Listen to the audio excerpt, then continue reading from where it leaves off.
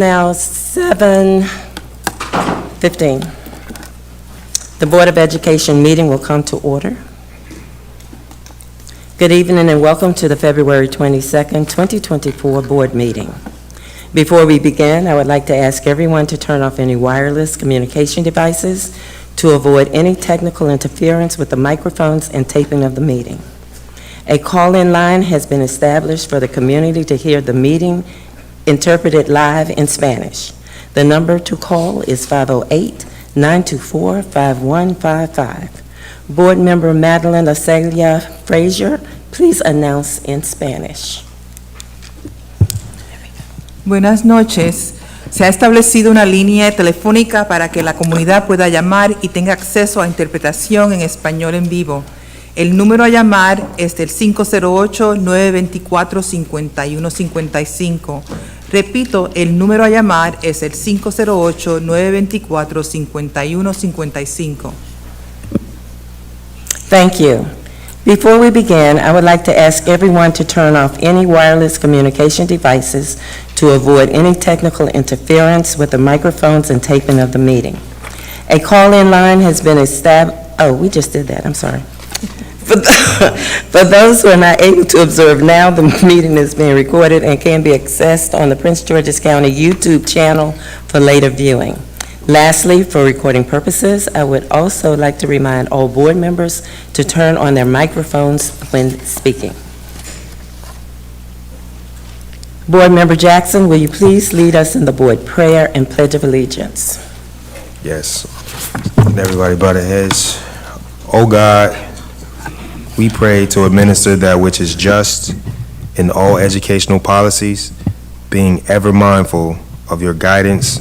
Steer us to action with love, wisdom, and understanding. Amen.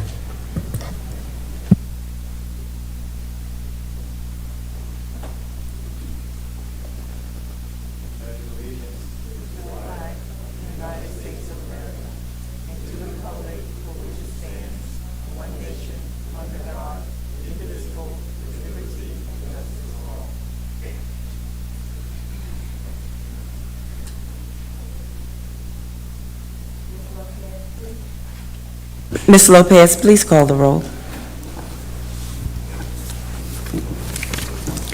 Mrs. Adam Stafford. Ms. Boozer Strother. Present. Mr. Briggs. Present.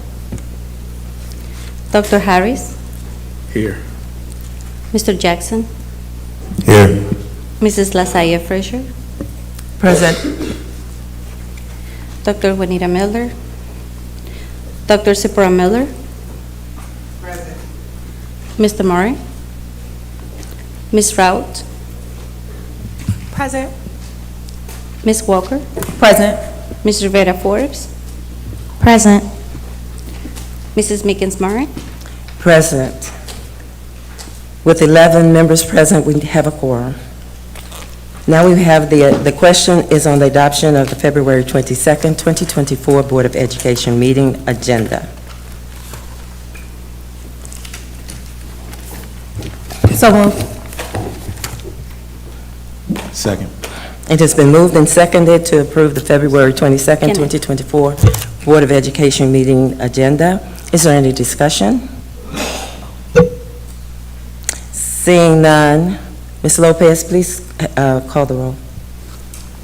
Mrs. Adam Stafford. Aye. Ms. Boozer Strother. Aye. Mr. Briggs. Aye. Dr. Harris. Aye. Mr. Jackson. Aye. Mrs. Lasaya Frazier. Aye. Dr. C. Miller. Mr. Murray. Ms. Rout. Aye. Ms. Walker. Aye. Ms. Rivera Forbes. Aye. Ms. Mickens Murray. Aye. With 11 votes, the agenda is adopted for February 22nd. Now we will have approval of the minutes. The question is on the approval of the January 11, 2024 board meeting minutes and fiscal year 25 superintendent's proposed operating budget work session minutes for January 25th, 2024, February 1, 2024, February 15th, 2024, and February 25 Superintendent's proposed operating budget public hearing minutes, January 25th, 2024, February 1st, 2024, and February 15th, 2024. I move for the approval of the January 11, 2024 board meeting minutes and fiscal year 25 superintendent's proposed operating budget work session minutes for the dates of January 25th, February 1st, and February 15th of 2024, and fiscal year 25 superintendent's proposed operating budget public hearing minutes for the dates of January 25th, February 1st, and February 15th of 2024. Second. It has been moved and seconded for all that we said before. Is there any discussion? Seeing none, Ms. Lopez, please call the roll. Mrs. Adam Stafford. Aye. Ms. Busa Strother. Aye. Mr. Briggs. Aye. Dr. Harris. Aye. Mr. Jackson. Aye. Mrs. Lasaya Frazier. Aye. Dr. Sipora Miller. Aye. Mrs. Rout. Aye. Ms. Walker. Aye. Ms. Rivera Forbes. Aye. Mrs. Mickens Murray. Aye. With 11 in the affirmative, none in the negative, the motion is approved. We will now have the news break, Pathway Programs, titled Pathway Programs. You are committed to accuracy. But then, in being committed to accuracy, you are going to interpret the message accurately, but then you may encounter a space where you do need to ask for clarification. So this course was the brainchild of Mrs. Maria Flores and I about 4 years ago, because we knew that we had our most amazing assets here in Prince George's County, our students, our bilingual students who really needed to know that there is a pathway for them to become an interpreter or a translator for the families in our district who are not native speakers of English. Here at Parkdale, I think it's really impactful for the population that we have.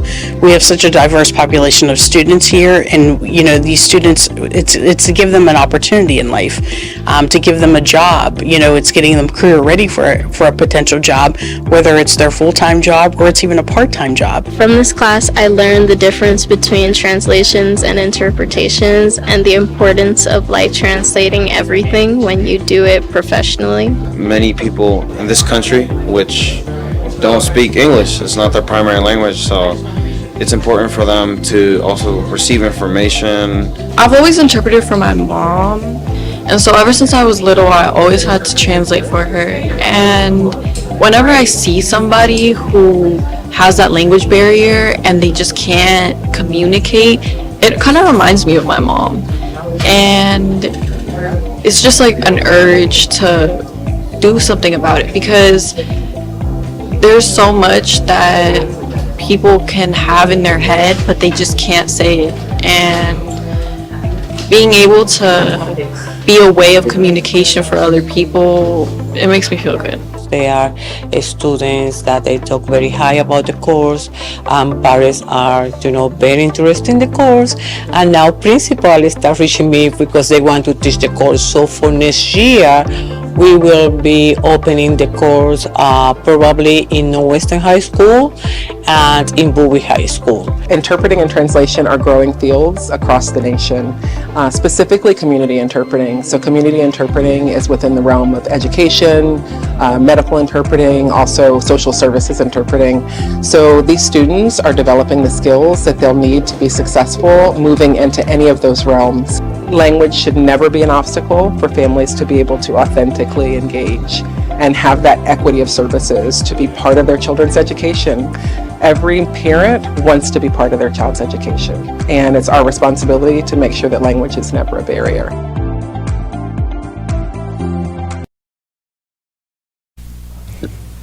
Thank you so much. At this moment, we will have a community shout-out. The chair recognizes Board Member LaSalle Frazier to present the community shout-out.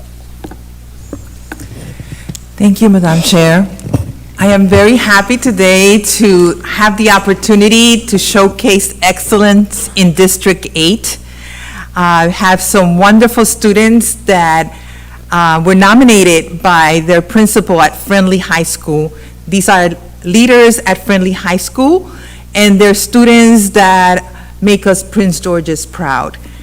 First student is Malcolm Taylor.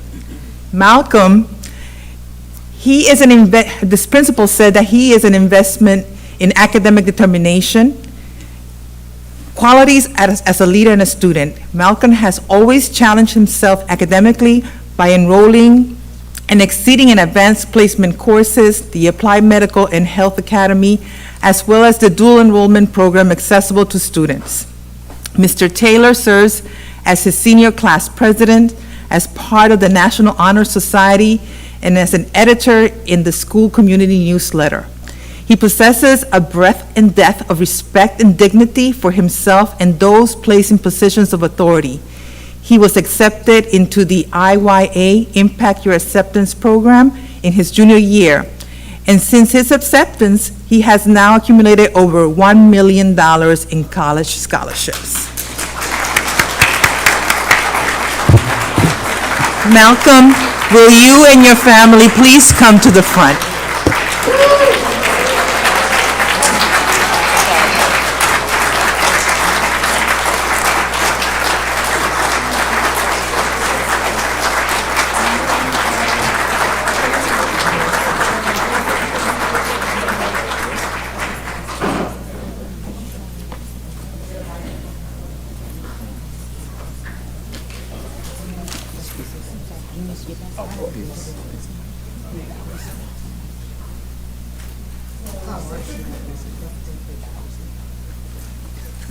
This certificate says, in acknowledgement to Malcolm Taylor for your outstanding dedication, support, and valuable contribution of leadership service to the students of Prince George's County Public Schools and community, presented this 22nd day of February 2024.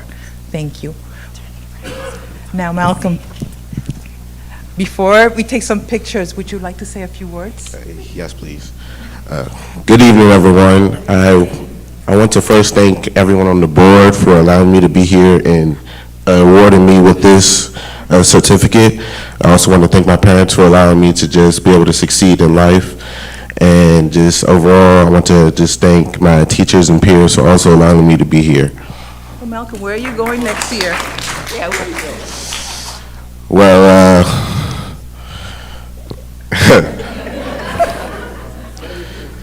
well, my top two choices right now are Xavier University of Louisiana and Morehouse College. You know, because District 8 is great. Thank you. Let's take some pictures.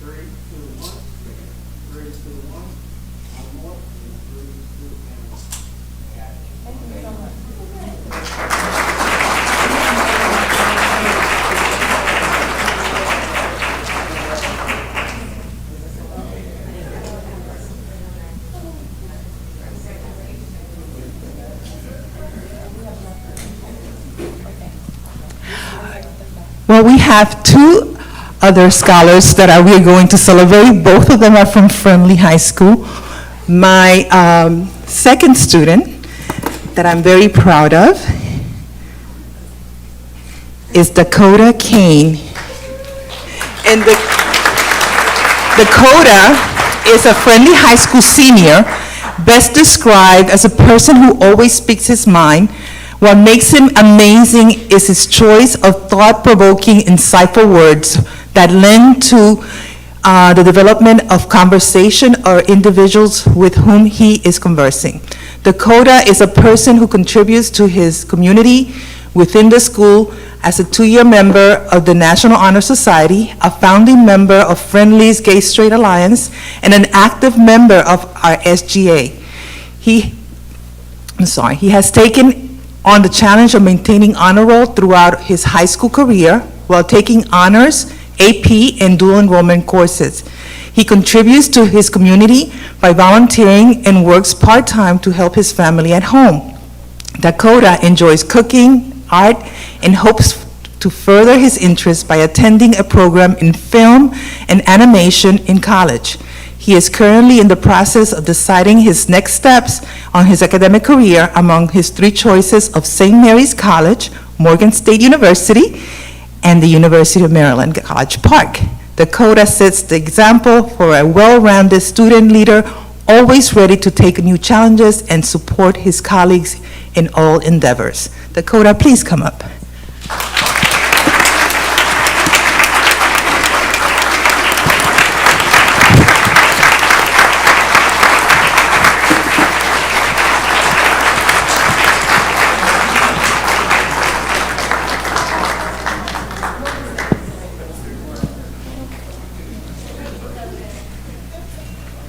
I'm so proud of you, Dakota.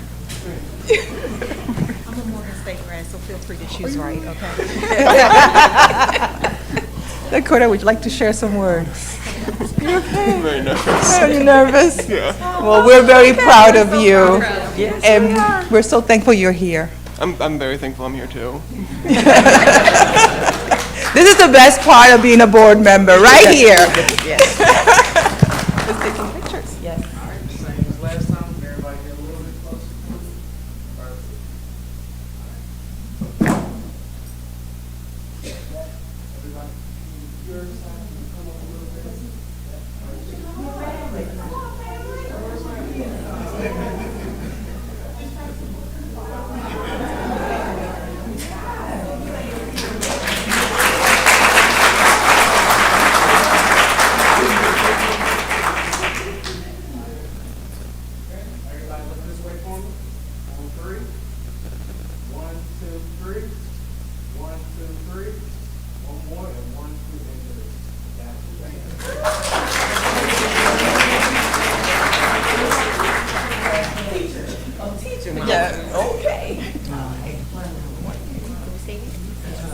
Yes, please. Well, actually, I think that my last student wasn't able to come because she is in a college prep course, but I still want to highlight her. Trinity, are you here? No, she's not. But I will personally take her certificate to her next week to Friendly High School. And Trinity, she was recognized by Principal Pope, saying that she's the founding president of our Black Culture Club as a junior class officer. She's also active in the Student Government Association. She's a chaplain for the ROTC. Principal Pope describes her as a true leader at Friendly High School.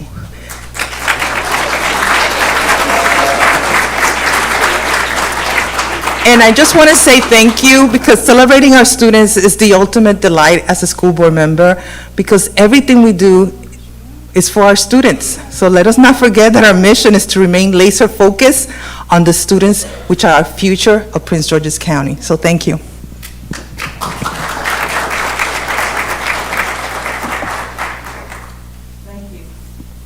Thank you so much, and congratulations to our students. You make us Prince George's proud. Appreciate that. We are going to go to our unsung partner now, and I yield the floor to Vice Chair Walker. Mark, you ready? I am so excited at our unsung partner. Our unsung partner is Mr. Harry Dunn. Mr. Harry Dunn, yes, Dunn. Woo! Wait until you hear why he is our unsung partner. Our next slide really talks about integrity and courage, and those are two amazing facets of what he already possesses. It says at the top, "I deserve to know the truth," which is a clear quote from Mr. Harry Dunn. The next slide talks about bravery, promise, and honor, of which are three more attributes that he possesses today. A class of 2001 graduate of Surrattsville High School in District 9, I might add. He is PGCPS proud.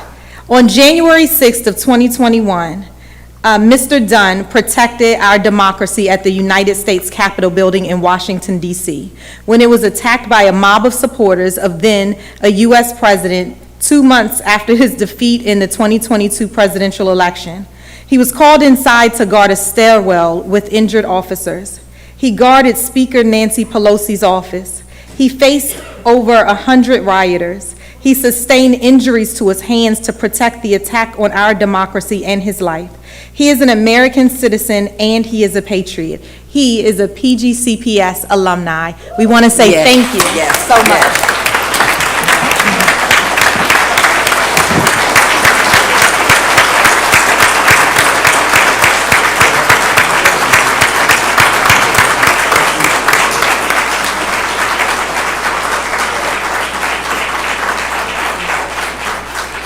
We want to simply, hi, how are you? Hey, good to see you. Good to see you, good to see you, good to see you. We are going to read this. This is such a beautiful recognition. Thank you. And it says, Certificate of Recognition presented to Mr. Harry Dunn as our unsung partner, a former thank you. A former PGCPS scholar, member of the Capitol Police Crisis Negotiation Team, and first responder providing security at the Capitol building on January 6, 2021. Thank you for maintaining safety and ensuring our democracy. We definitely want to say thank you. We are still PGCPS proud of you. And would you like to say anything? Thank you. Thank you all for that. I got a lot I could say right now, but there's pressing business, so I'll keep it very, very short. Prince George's County Public Schools, when I was going through the school system, I didn't think, when you're a student, you don't think that a lot of the things that you're learning, that you're going through, are going to affect you as an adult. How is this stuff going to help me? How is this? And I'm not talking about trigonometry or anything like that. I'm talking about the teachers, the administrative staff, our principals, that offer words of guidance, wisdom, encouragement while we're going through life, through school. So some of what we feel at that time are the toughest moments of our life. But they help create the person that you see standing in front of you now. And I am truly grateful and thankful. Even to this day, I had some of my teachers from elementary school, James Ryder Randall Elementary School,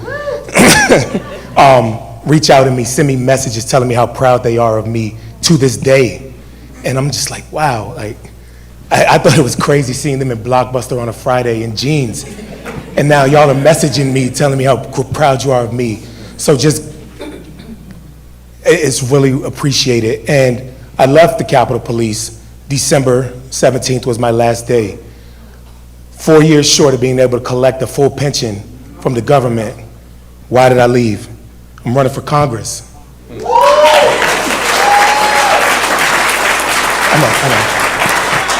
I say that to say not to speaking endorsements or support, but to just encourage people to do your part, get involved, do something. And I'm encouraged by seeing everybody here. I didn't come to school board meetings when I was in school, but it's important and it's encouraging to see so many people here that actually care.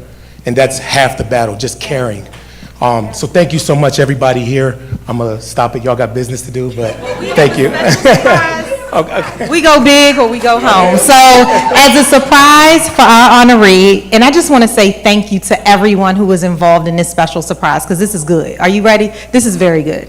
At this time, I would like for Mr. Barnes, Harry's high school principal, Dr. Wanda Williams, guidance chair, Katrina Lamont, current Surrattsville High School principal. Also with us tonight is Demario Newman, PE teacher, Ed Tyson, business teacher, and Sylvia Rawls, English teacher. All are currently teaching at Surrattsville and educators when Mr. Dunn attended Surrattsville. Hashtag District 9 rocks. A special thanks to the High School Area 3 office for helping with this amazing surprise.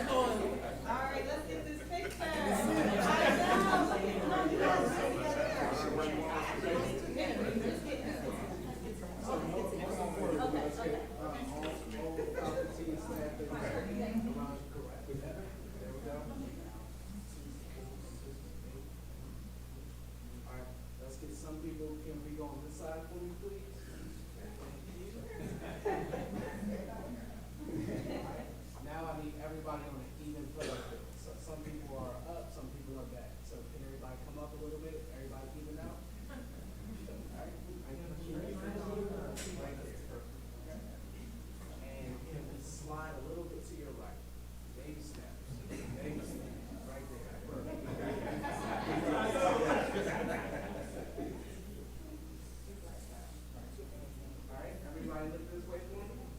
3, 2, 1. 3, 2, 1. Last one, and 3, 2, and 1. Thank you.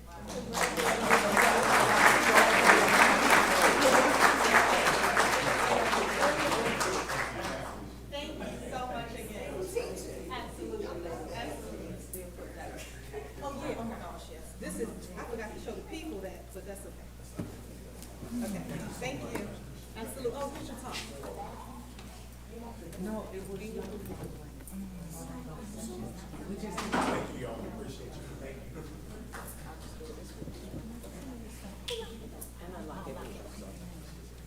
Okay. Thank you so much, Prince George's family. We have a lot of prouds tonight. Let's give everybody a hand of applause.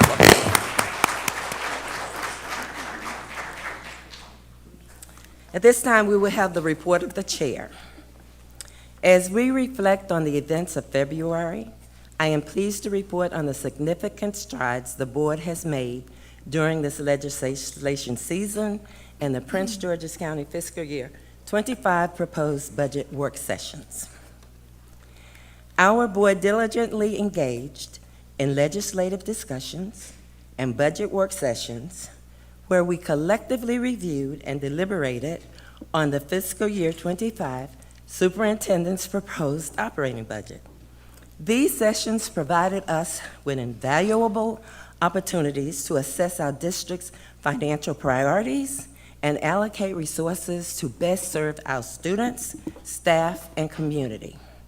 I am proud of the collaboration efforts of our board members, administrators, and stakeholders in shaping a budget.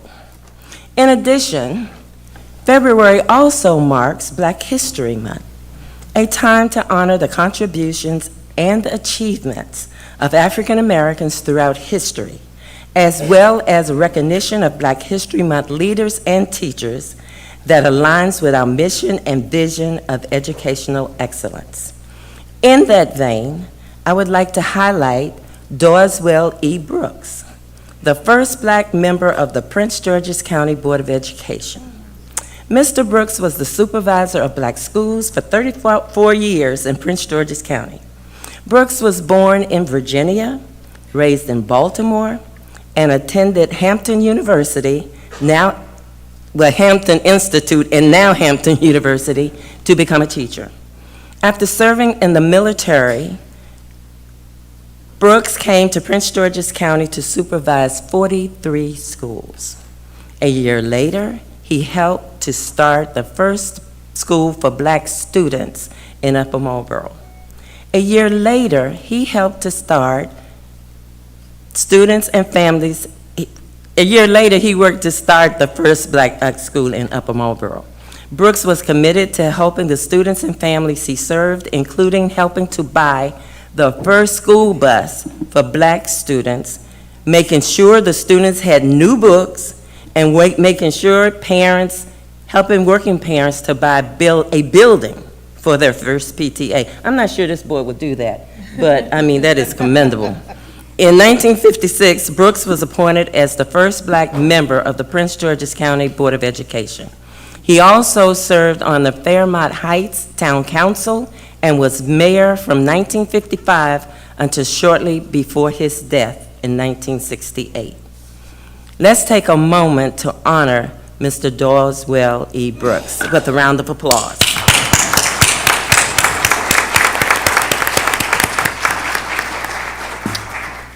Thank you. On behalf of the board, we recognize the importance of celebrating diversity and promoting inclusiveness in our schools. And this is the perfect time to celebrate our Black African American students and their families as we did tonight. So thank you. Now we will have a moment of silence.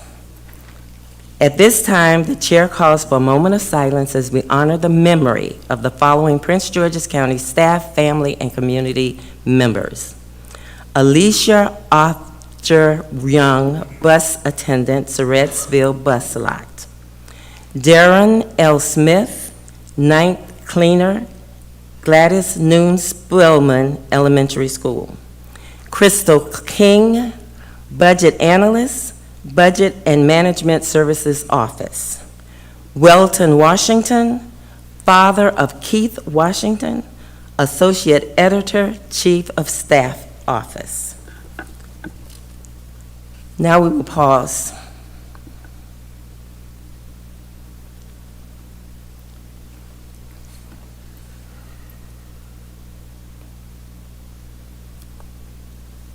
Thank you so much. At this time, I will introduce to the Prince George's County family 2 additions to our staff. I will ask them to stand when I called your name. Mr. Frank Turner II is the new Integrity and Compliance Officer.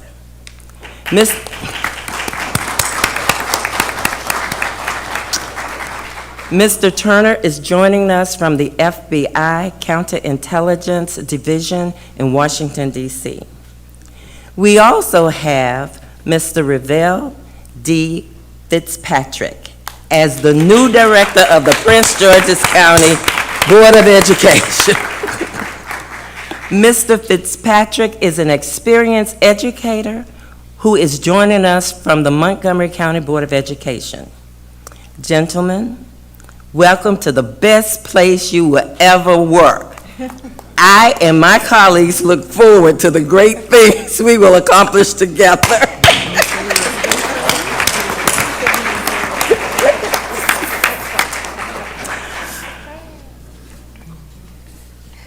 Now I will give a moment of personal privilege to our student board member, Ms. Rivera Forbes. Thank you, Madam Chair. Good evening, everyone. My name is Fran Rivera Forbes, and I am the 43rd student member of the Prince George's County Board of Education. I first want to take time to thank all of my colleagues that did reach out to me during my time of bereavement. I have recently lost someone very dear to me, my older brother, and it has been an extremely hard time conducting my role as student member of the board and finishing out my senior year of high school. So with a very supportive team of my colleagues, but not only that, the board office, who has been extremely supportive. I thank many of you, and the 2 women right here, you may not see them, but they do a lot behind the scenes, and they reached out to me a lot during my time of leave, so I'm extremely grateful. I'm also grateful to the superintendent and to the chief of staff as well, and I'm grateful to all the chiefs that reached out during that time. It was difficult, and I am happy to be back as I am trying to heal and accept this loss in my life. So thank you, everyone. And thank you, Board Member Rivera Forbes. You are an amazing young woman who we love, and we look forward to continuing this journey with you. So thank you. At this time, the chair recognizes Superintendent House for his report. Thank you, Madam Chair, members of the board. I would like to first of all just show you on a snapshot what we'll be going through. The first thing that we'll be talking a little bit about is positive progress. I think it's extremely important for us to celebrate the wins as they come.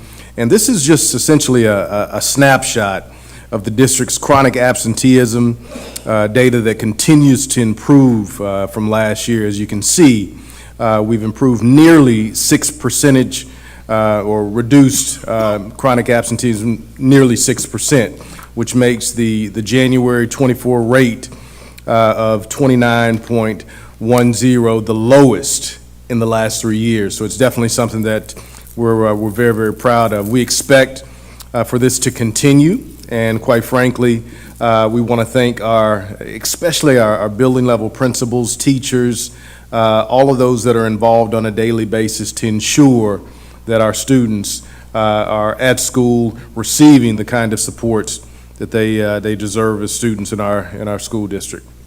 The next data point that I'd like to share and also celebrate is just a snapshot of the school. White, Chief Academic Officer. The committee has maintained a monthly meeting schedule that began September 11, 2023, and is scheduled to finalize May 13, 2024. Future meeting dates and topics can be found on board docs. The progress that we have made thus far can be summarized as follows. In September, our focus was on exploring mathematics interventions and programs. One program we delved into was the Math Lesson Study, which is in partnership with the Maryland State Department of Education. October centered around examining the data accessible via the Equity Dashboard. This was followed by a deep dive into school culture and climate in November. As we entered January and February, we circled back to the themes of mathematics and equity, but this time through the perspective of practitioners within the school. In December, the presentation on data revealed the following. We were so excited. So we'll start with the school year 2024 beginning of year DIBELS.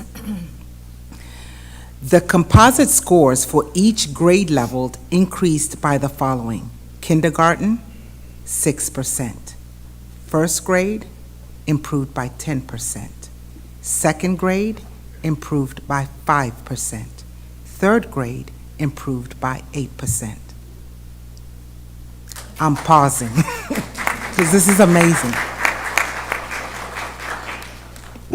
The percentage of students at and above benchmark increased in all grade levels across all 4 measures of early literacy: phonemic awareness, decoding, letter sound mapping, and reading fluency from beginning of the year 2023 to beginning of the year 2024. There is more. Benchmark data for the first benchmark data.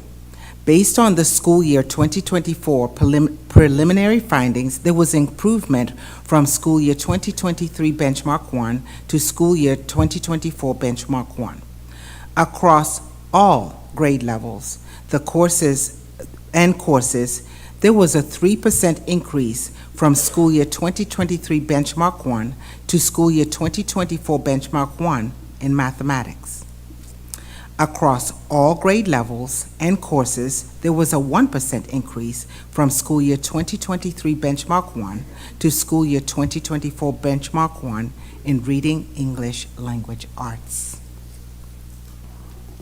In mathematics, the following grade level courses demonstrated improvement in school year 2024 benchmark 1: grades 1, 2, 3, 4, 5, and 7. Courses accelerated 1 and 2 foundations for algebra, algebra 1, geometry, quantitative modeling, and algebra 2. In reading, English, language arts, the following grade levels or courses demonstrated improvement on school year 2024 benchmark 1: grades 3, 4, 5, and 7, and the course English 10 remained unchanged. English 9 remained unchanged. The Academic Achievement Committee continues to follow the approved work plan and is on track to complete all of the outlined objectives. On behalf of the committee, I would like to express sincere gratitude to Dr. White, Chief Academic Officer, who serves as the superintendent's designee, and her team for providing us with a comprehensive overview of the programs and practices that are currently in place, shaping the learning experiences for all of our students. I would also like to thank my fellow committee members. Your collaboration and support is what makes this work easy. It is an honor to serve with you. I'd like to say thank you again. That concludes my report. And thank you to our academic team. We're doing good work in Prince George's County, and we appreciate your sharing. At this time, we will recognize the chair recognizes Board Member Briggs, the Policy and Governance Committee Chair, to report on the committee's recommendations. Thank you so much, Chair McInsmurry. The Policy and Governance Committee met virtually and discussed the revisions to the following policies. New policy, artificial intelligence; new policy, search and seizure; new policy, student use of social media and portable electronic devices; new policy, intellectual property rights; revised policy 1120 Public Information Act requests, revised policy 5131.1, school bus conduct, revised policy 0115, information technology services, acceptable usage guidelines, revised policy 1500, parent and community advisory council, revised policy 01113, boundaries, attendance areas, and this policy is being rescinded. Revised policy 2570, closing school buildings, which is also a rescission. Revised policy 5110.2, attendance, rescission, and revised policy 8391, boundary changes, rescission. The committee voted unanimously to forward the policies to the full board, recommending they be approved to seek public comment. On behalf of the Policy and Governance Committee, I move that the 12 policies be approved to seek public comment. Second. Thank you. It has been moved and second. The question is on the adoption of the Policy and Governance Committee recommendations. Is there any discussion? Madam Chair, Yes, sir. is This isn't it. the committee going to give notice of bylaw 9250 amendment? He's not there yet. Yes, not yet. We're doing this first. Pull that out, I believe. So we got it tonight. Okay. The question is on the adoption of the Policy and Governance Committee recommendations, and we have a second. Is there any discussion? Seeing none, Ms. Lopez, please call the roll. Mrs. Adam Stafford. Ms. Busse-Strother. Aye. Mr. Briggs. Aye. Dr. Harris. Aye. Mr. Jackson. Aye. Mrs. LaSalle Frazier. Dr. Zipporah Miller. Aye.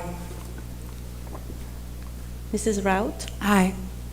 Ms. Walker. Aye. Ms. Rivera Forbes. Mrs. Mickens Murray. Aye. There are 10 votes in the affirmative, and the motion to approve the Policy and Governance recommendations is adopted. Do you want to speak to the other? Those are later in the agenda. Okay, thank you. At this time, the chair recognizes the speakers for the public comments on agenda and non-agenda items. The board will recognize your comments but will not address them. Registered speakers have 3 minutes to make their presentations and may not relinquish any part of their speaking time. Speakers may not address individuals or issues with profanity or derogatory terms. You will be warned once. If you continue, your comments will be muted. You may be removed from the meeting. Speakers are encouraged to use titles rather than names. For example, chair, board member, superintendent, principal, etc. There are public comment. Our first speaker is Emily Sagastu, 11th grade student, Northwestern High School, Narcan training, and we need to do that.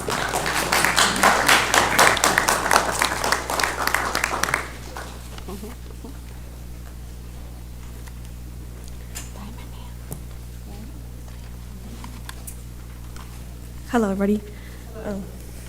Good evening, esteemed members of the PGCPS Board of Education. My name is Emily Sagastume, and I am a concerned resident of Prince George's County. As a proud junior of Northwestern High School, I am here with my fellow students in the back to urge the Board of Education to consider adding Narcan training and harm reduction education to the Health 2 curriculum in our public schools. Additionally, we are requesting your support in advocating at the county level for students under 18 years old to receive Narcan training and the Narcan kit. The opioid crisis is a pressing issue affecting communities across Maryland, and sadly, Prince George's County is not exempt from its devastating impact. Statewide, Maryland has also seen a concerning increase in overdose deaths, underscoring the urgent need for proactive measures to address this crisis. Integrating Narcan training into the Health 2 curriculum presents a proactive and potentially life-saving solution. By equipping our students with the knowledge and skills to administer Narcan in the event of an opioid overdose, we empower them to be agents of positive change in their communities. Moreover, providing this training in a school setting helps to destigmatize addiction and promote a culture of empathy and support. We must also incorporate harm reduction education to empower students with an understanding of substance abuse disorders and strategies to mitigate harm. As members of this esteemed board, I ask you to prioritize the well-being and safety of our students by approving the integration of Narcan training into the Health 2 curriculum and allowing us to receive the training and kits. By taking these proactive steps, we can help save lives and build a healthier, more resilient community for generations to come. Thank you for your time, and we are counting on you. Thank you. We're not supposed to yet. Nyla Midget, 6th grade student at Imagine Andrews Public Charter School, character essay.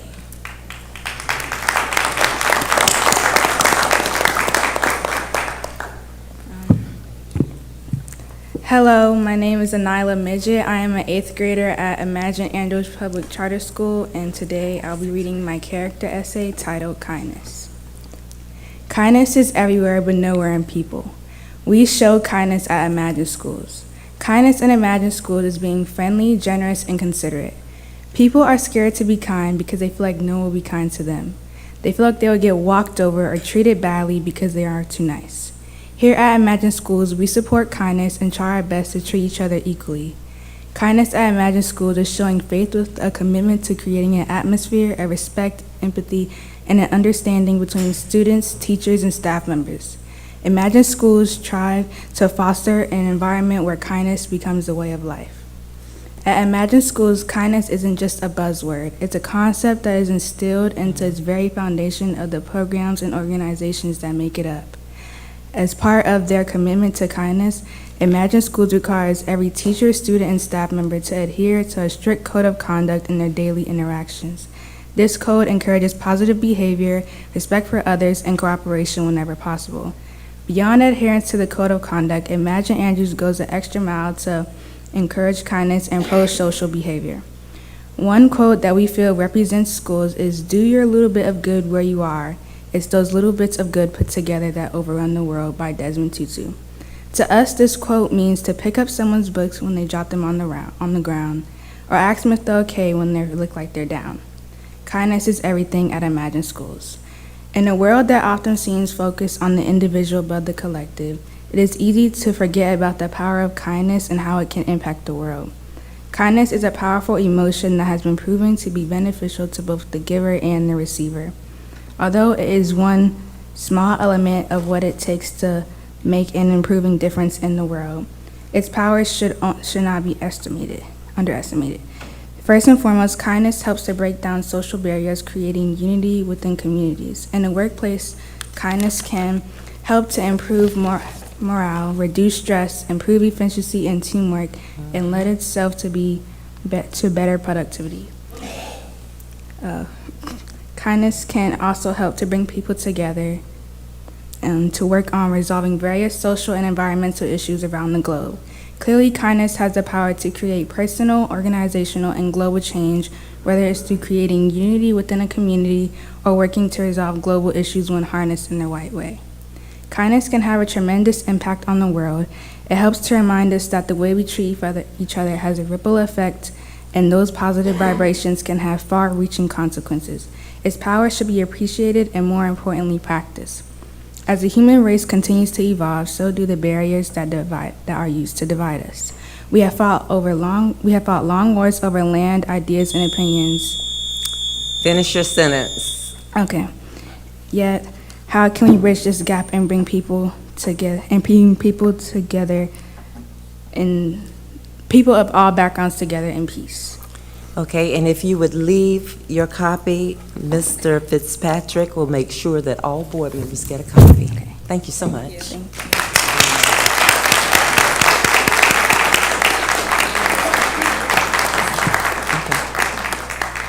Our next speaker is Brianna Campbell, I believe is how I pronounce. Well, you can let me know. Individual relocation of Dora Kennedy French immersion.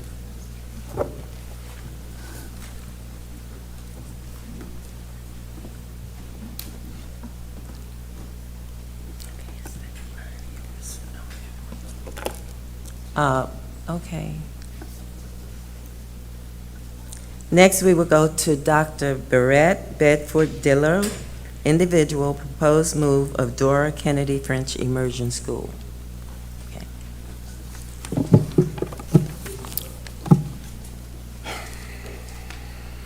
Good evening. First, if there are fewer parents than expected, it is because your webpage on giving public testimony directs people to log on to Zoom by 7 p.m. and does not mention testimony being in person. That is true as of this afternoon. But rest assured, there's a whole community of concerned parents represented by the few of us that are here tonight. I'm the father of 2 current students at Dora Kennedy French Immersion School, or DKFI.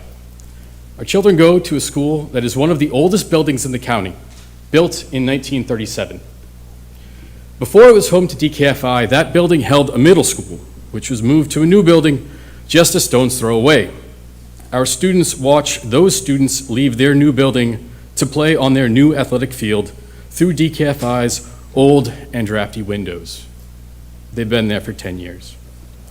This month, the DKFI community learned, not through communications from our school's administration, because they were also kept unaware, not through communications from this board, but from the Greenbelt News Review, that you plan to move us out of that old building to another old building that's been vacated by another school that got a new building built beside it. In fact, you informed the administration of another school and the City Council of Greenbelt before even telling those who would be most affected. But this next old building that you have planned for us, how many years of life does it have left in it? Can we be moved from that one if another local school needs it? How many years until we are forced to move again? Parents of Kenmore Middle already describe the traffic as a nightmare, even with only one school being dismissed from the property around 4 p.m. How many more buses would you need to fit through that one driveway for 2 schools at 4? How many new bus drivers will you need for those new and longer routes? How will you recruit the drivers that year that you have not been able to find for the last 3 years? What will the move do to the commute times of the students in Greenbelt, Laurel, or other parts of the north of the county that will have to move? Nothing good. Moving is disruptive. We'll lose students, teachers, and staff. Teachers who have to master pedagogy, their subject matter, and a foreign language. Replacing them will be even harder. In the recent PTA survey of current educators, 67% of respondents opposed a move and none approved it. We can't replace the students we'll lose beyond the first graders because they too will need to be proficient in their foreign language, French. I oppose the move to the old Kenmore Middle School, and I hope you do too. Thank you so much. Next, we will have Carletta Lillian Lundy, individual, Restorative Schools. I don't, oh, okay.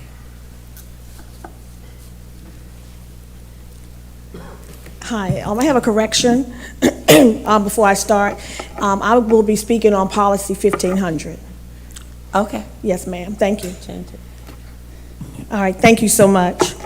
Good evening, board members and Superintendent House. For the record, my name is Carletta Lundy. Currently, I serve, appointed by the Board of Education, as an active and engaging participant, dedicated and committed member of the Parent and Community Advisory Council, PCAC. When considering PCAC member terms, even after serving your initial term of 2 years, and when a member decides they want to move into a consecutive term another 2 years, members are allowed to do so as the current policy allows. Moreover, under the existing policy 1500, members who wish to enter a consecutive term would not be required to submit a new application, but remain in their respective role, for example, as one of the 4 entity representatives of which I am.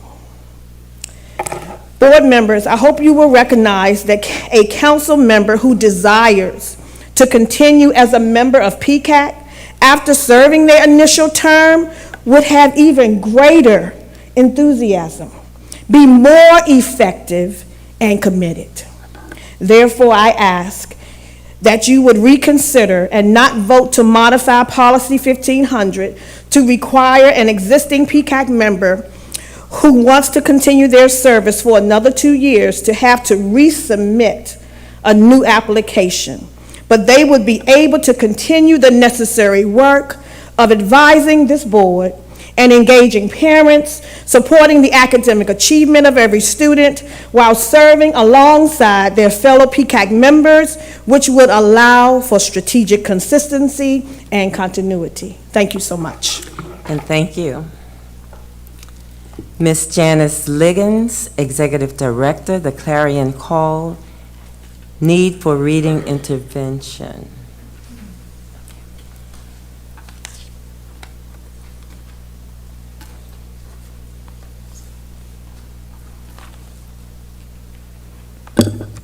Greetings, everyone.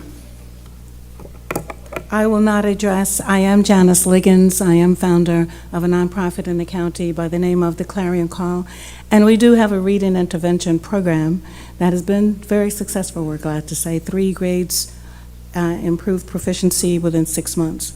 But I will speak instead tonight about restorative schools. Okay. Greetings, Chair, Vice Chair, and board members. Again, I'm Janice Liggins, Executive Director of the Clarion Call, a county nonprofit whose mission includes disrupting the school-to-prison pipeline. Clarion is also an advocate for education and supported the Blueprint for Maryland's Future through Strong Schools Maryland, where we led a team of 10, and we also hosted Dr. David Hornbeck, former Maryland State Superintendent, and Dr. Alvin Thornton, 4-time Chair of the County School Board, on the Clarion Call's TV show to enlighten the community of the blueprint and the 5 pillars therein. The Clarion Call likewise supports Restorative Schools Maryland, which is also created by Dr. Hornbeck and is a sister organization to Strong Schools Maryland. Clarion shares a goal of Restorative Schools Maryland, and that is to, again, disrupt the school-to-prison pipeline. Restorative schools, or restorative practices rather, are a set of evidence-based practices that leads to safer schools and fewer suspensions or expulsions, and higher overall teacher and student satisfaction. Restorative schools address the culture within a school, ensuring infractions are addressed through help and healing rather than through punitive measures. In every restorative school, a professionally trained person gathers information and involved every incident. They gather students together in a circle and talk through the who, what, when, where, why, and how of every incident, easing tensions and helping individuals exhale, often seeing each other in a better light. Also in every school, everyone in the school, including the principal, vice principal, teachers, counselors, nurses, parents, students, bus drivers, custodians, and the kitchen staff will go through training. In restorative school circles, community is built, relationships flourish, voices are respected, voices of all are respected. Equity is the lens through which decisions are made, and adults and students alike accept responsibility for their behavior.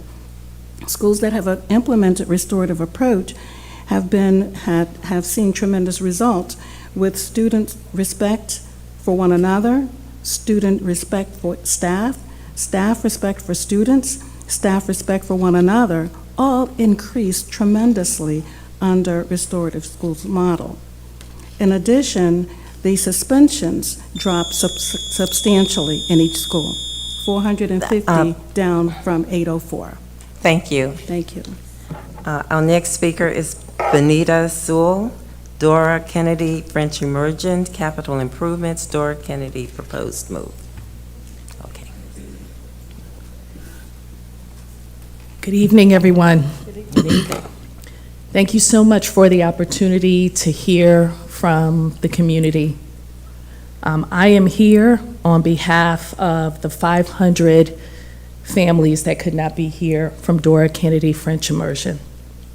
I am here as a parent who has brought one of or two of the scholars from Dora Kennedy French Immersion, so you can see that this impact or this move to Kenmore is more than just numbers, statistics, trying to figure out what's best for executive leadership, but this is the face of one of the students that will be impacted by this change. As my fellow parent said so eloquently, we are a school that has been transient from its inception. Through this process, we've learned that there is more at hand. There's politics, there's context, there's history, there's bias towards the specialty programs. There are all these issues above us that is out of our control. As parents, all we are asking is for transparency. We want to know the truth about what our options are for our students. Our students in specialty programs, they're also students. They should not be penalized because their parents made the decision to put them in a specialty program rather than a neighborhood school. Our community is one that works very close together. We support our board, we will support our executive leadership, but we deserve respect as well. We deserve the truth. We are asking, our asks are very simple. We are asking that we have a town hall in person so we can look each other eye to eye with executive leadership. That's our first ask. We ask for the truth. We are adults, we are a community, we are here to work together for what's best for these students.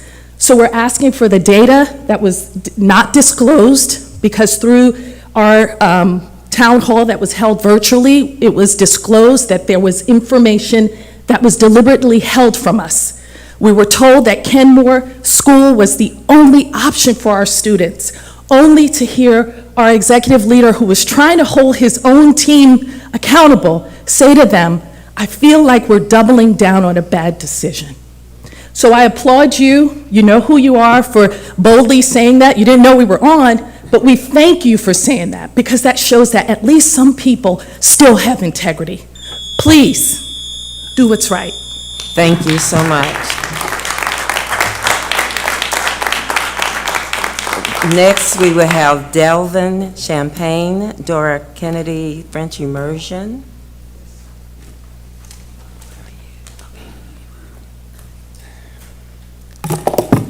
Hey, can my son say something in French for like 10 seconds, real quick? Just in French. No. In French. I mean, you have 3 minutes. Oh, as long as it's within those 3 minutes? Yes, come DJ. Okay. 3 minutes. This is my son, Delvin. Bonjour à tous, je m'appelle Delvin Champagne. Et moi et mes amis, on préfère qu'on reste à l'école où on est maintenant. Merci. Thank you. Hello everyone, my name is Delvin Champagne. I am an honor roll student at Dora Kennedy French Immersion. My friends and I all want to stay at our current school. Thank you. Thank you. Appreciate it. Hello, everyone. My name is Delvin Champagne. I'm a parent, 3 students here at Dora Kennedy French Immersion. My wife and I, we're both educators. We're both occupational therapists working with students with disabilities. I serve with the legislative committee for Dora Kennedy PTA. Michelle Alexander said in the book, The New Jim Crow, that the best thing that you can do for people in poverty is to not become one of them, so you can help them. Likewise, with education, the best thing I think that we can do for Prince George's County Public Schools is for Dora Kennedy to not become a low-performance school, is to maintain a high performance. Dora Kennedy is the #1 performing middle school in the county, and is the #3 highest performing elementary school behind 2 tag schools. Door Canyon Prince Immersion has been a blue ribbon school for many years and has been a PTA school of excellence. Research shows by the Columbia Teachers College that student mobility reduces academic outcomes. If you move students out of their current stabilized school, you're going to see an impact on their academic outcomes in math and reading. We have a great school. We are we want to have to show the state in the world, or probably, we want to show the state that Prince George's County has schools that can perform and meet and exceed academic outcomes. We should not play funny business with a school that is meeting and exceeding outcomes. We should stabilize Dora Kennedy. And so my last thing I would say is that stability for Dora Kennedy. Thank you. Thank you. Now we will have Shannon Reed, individual teacher-led professional development.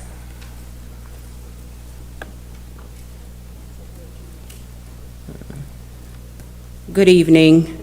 This late proposal for teacher-led professional development restores people. Building and buying things is easier than restoring people who have been diminished and disempowered. Just as teacher retention is always a reflection of safety, well-being, and achievement, learning is always a reflection of teaching. Teaching and learning cannot be separated. Currently, artifacts like lessons, interventions, and strategies are given to teachers. Separating teaching and learning builds structures and provides resources, but diverts elsewhere time, energy, and resources needed in classroom for teachers and students. Providing lessons, resources, and directives do not develop teachers. It pastes apples on trees and calls them apple trees. This undermines the growth of teachers and learners. Teacher-led professional development roots growth in reality, enabling teachers to develop knowledge and skill as they produce the artifacts consistent with one's professional purpose and identity. The development of teachers as instructors and instructional leaders shifts professional development from buying to being, from giving to guiding. Moreover, it guards against the educational sharecropping that shamefully demands endless risk and work from teachers while giving extraordinary rewards for those without the stress and demands of teaching. As such, a consultant might earn thousands of dollars for a presentation, while a teacher presenting a comparable workshop would earn $125 for 20 or more hours of work. If that workshop is presented during the day, the teacher earns nothing. This approach to professional development creates dependence, invites exploitation, and feeds fantasy. Dependence on expensive software programs has increased, but these programs have not produced growth. And they have wasted students' opportunity to learn and distorted expectations, leading many to believe in magic. Many students equate pressing buttons and completing work to learning without considering the quality of that work. These students proceed to the next level massively underprepared for grade level work and noticeably unprepared for learning. When the magic ends, work begins. Now teachers must teach students how to take notes, how to use strategies, how to learn, how to read, how to write, how to think, and explain to students and parents that A's without effort, skills, and knowledge are simply unrealistic. Teacher-led professional development equips teachers and administrators for hard work and meaningful data analysis. The overwhelming teacher workload makes this challenging, but lack of meaningful, relevant professional development makes this necessary work nearly impossible. Underneath a lot of misbehavior and chaos are people hiding what they do not know. Teacher-led professional development is a relational approach that focuses on people and growth and development and data. It begins with knowing each teacher's and student's strengths and needs in order to say, I'm going to crawl with you, walk with you, and run with you until you can do it on your own. This type of strength will draw, equip, and retain teachers who strengthen and develop students. Ms. Reed, we appreciate your speaking tonight. I got it. That was my last line, miss. I appreciate you. Thank you so much. Just wait. Our next speaker is Mr. Patrick Pascal, individual, Transportation Study Report. No worries. Good evening. My name is Patrick Pascal. I have two children who attend Prince George's County Public Schools. I'm here again to speak about the buses. First, I'm glad to see such a comprehensive report produced by Formative. Thank you to those folks. It brings to light many of the issues that we've been complaining about, and it raises a shocking number of new issues that we didn't even know were a problem system-wide. We've been told that the core problem is hiring bus drivers, and interestingly, this report tells us that our system has many similarities to competing systems, such as the rate of student usage for the system, the number of riders, routes, and trip lengths for the buses. Even, surprising to me, the starting salary for our bus drivers is competitive. So the job is the same. What gives? Why can't we hire our bus drivers? It turns out one of the problems is the hiring process. Applicants must provide 2 letters of recommendation from a previous employer, an unnecessary hassle that serves to deter applicants but doesn't have a meaningful hiring purpose. They have to pay for their own medical exam and drug test and TB screening. They have to pay for and pass an exam and where they don't get any support or pay while they study for the exam, and then they have to begin a 6-week training program with no pay. It takes 3 months of unpaid time just to apply to be a driver, all for a job that pays $45,000 a year, less than the poverty level for a family of 4. Of course, we have a hard time recruiting folks. But also the report found that operational procedures are determined by driver convenience and preference rather than the needed outcomes, including that drivers take keys home with them, that there is not a clear or useful protocol to manage when a driver calls out sick, a predictable, regular occurrence. That bus finder, this is appalling. It appears the technology is sound, but we aren't training our staff or mandating that they actually use it, and we apparently didn't buy the appropriate software package. Come on.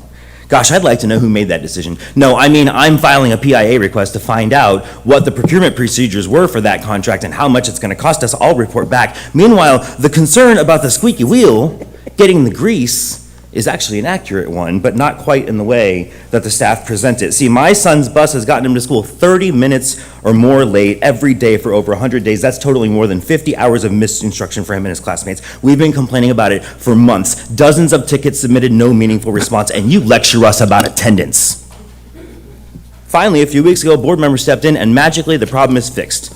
They claim that we get attention to the issue because we're, quote, adept at calling up the chain to get more accommodating service when they are not happy with what they've been offered, page 100. Honestly, parents shouldn't have to call up the chain to get them to have any response at all when we've been asking for months and months and months. Finally, the report says that there is a significant and critical risk of transition to the new SIS system. Heed those concerns. But most importantly, you have actionable recommendations in front of you to save millions of dollars and solve the problem. You have no more excuses. Fix it. Thank you. Thank you. There were 3 written comments and 1 pre-recorded video that are available for view on board docs. Thank you all for your comments. Yeah. Now we have a discussion item, formative transportation audit. The chair recognizes Superintendent House to present a report on the formative transportation audit. Thank you, Madam Chair and members of the board.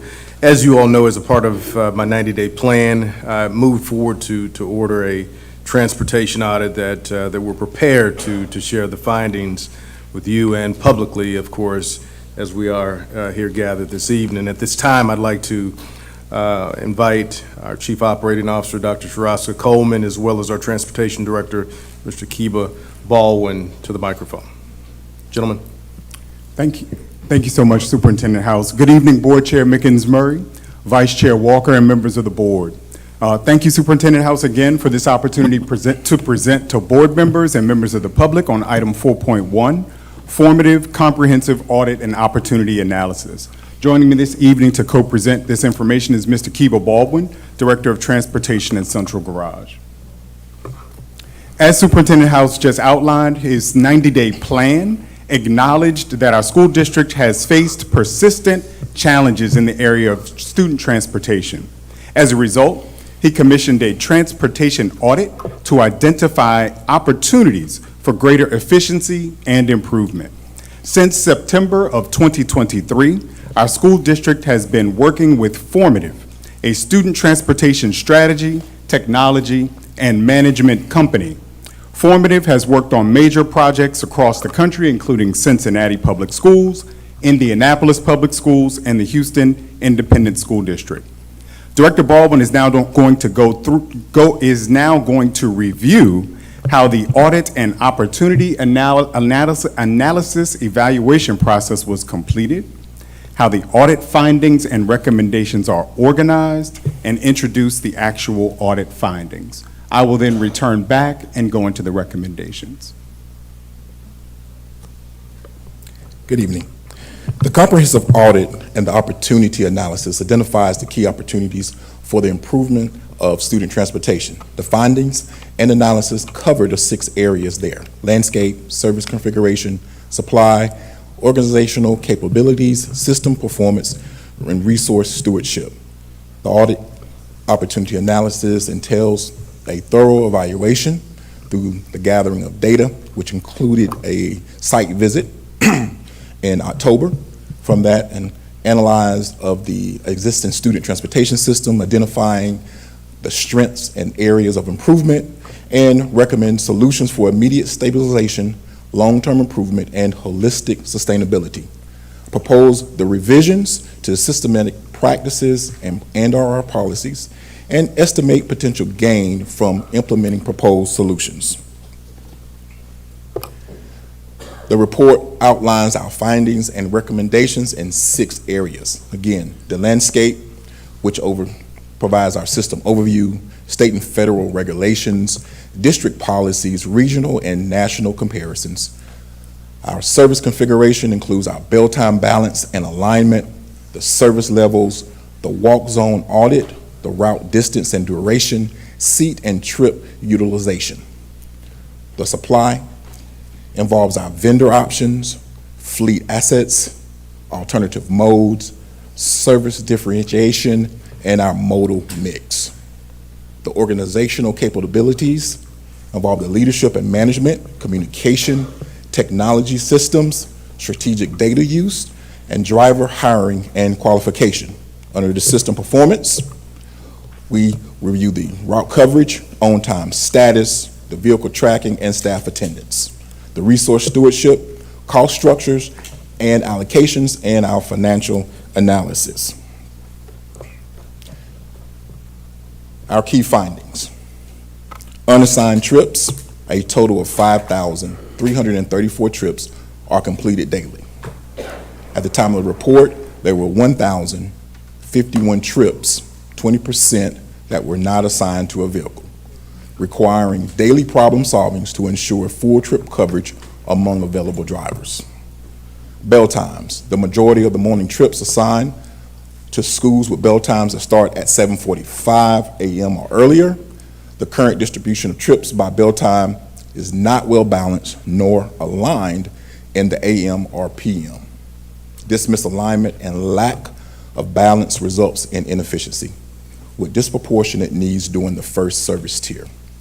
Our service levels, the average student stop is located 0.24 miles from their home, even though the district policy permits stop locations up to 1.5 to 2 miles from a student's home. Service for students with disabilities is not sufficiently or strategically differentiated. Our seat utilization, 41% of seats are unoccupied on a typical trip. Across all vehicle types, there exists an opportunity for enhanced seat and trip utilization. Our boundary exceptions. Every day, the district transports more than 22,000 students who live within their school's walk boundary, accounting for 26% of all the riders. Staffing. Transportation is understaffed in its driver and bus aid ranks.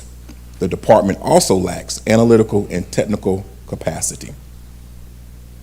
Driver hiring and qualifications. The process to hire and qualify drivers is long, taking 10 to 6 weeks in instances, resulting in a large percentage of drivers dropping out along the way. Candidates must pay up front for multiple steps in the process and make their own appointments to go to varying locations to complete key steps. Communication. Families express that their biggest pain point is unsatisfactory responsiveness and communication, with extreme challenges getting through and getting useful information when they contact transportation. our modal and vendor mix. The district has a monolithic supply that is currently centered exclusively on the provision of the yellow bus service. PGCPS is experimenting with the use of smaller vehicles and outsourced service providers, but has not yet exploited this opportunity to the fullest. Other modes, such as the active transport, our public transit, and carpooling are not strategically supported in a way that might meaningfully reduce the need for our bus service. Process implementation. Multiple key operational processes require wholesale revision. A formalized process for tracking ridership or recording non-riders does not exist. There's limited management for attention to our pre-check procedures and on-time departures from lots. The practice for addressing no-call, no-show drivers appeared unreliable. The Department of Transportation staff cited extreme challenges related to receiving data from enrollment and special education far behind deadlines. Technology. Staff report that TransFinder and Zonar, our tablets, may have performance issues. GPS tracking is functional 95% of the time. However, there's no established procedure for ensuring accurate GPS tracking trips in real time. TransFinder is unable to associate a vehicle with multiple trips at once, so double trips are not tracked in the StopFinder parent app. The planned transition to a new SIS poses substantial technical and operational risk with regard to our annual beginning of the year routing configuration. Strategic data use. Transportation does not have a developed system and practice for using data to set goals for performance management. Data is often difficult to access in a useful manner. Manual entry into the spreadsheets and databases is common, resulting in data accuracy, issues, and delays. Interviewees will frequently express the skepticism about how members of other employee groups and teams were held accountable for results and communicated a lack of understanding of how their work impacted other colleagues or organizational workflow overall.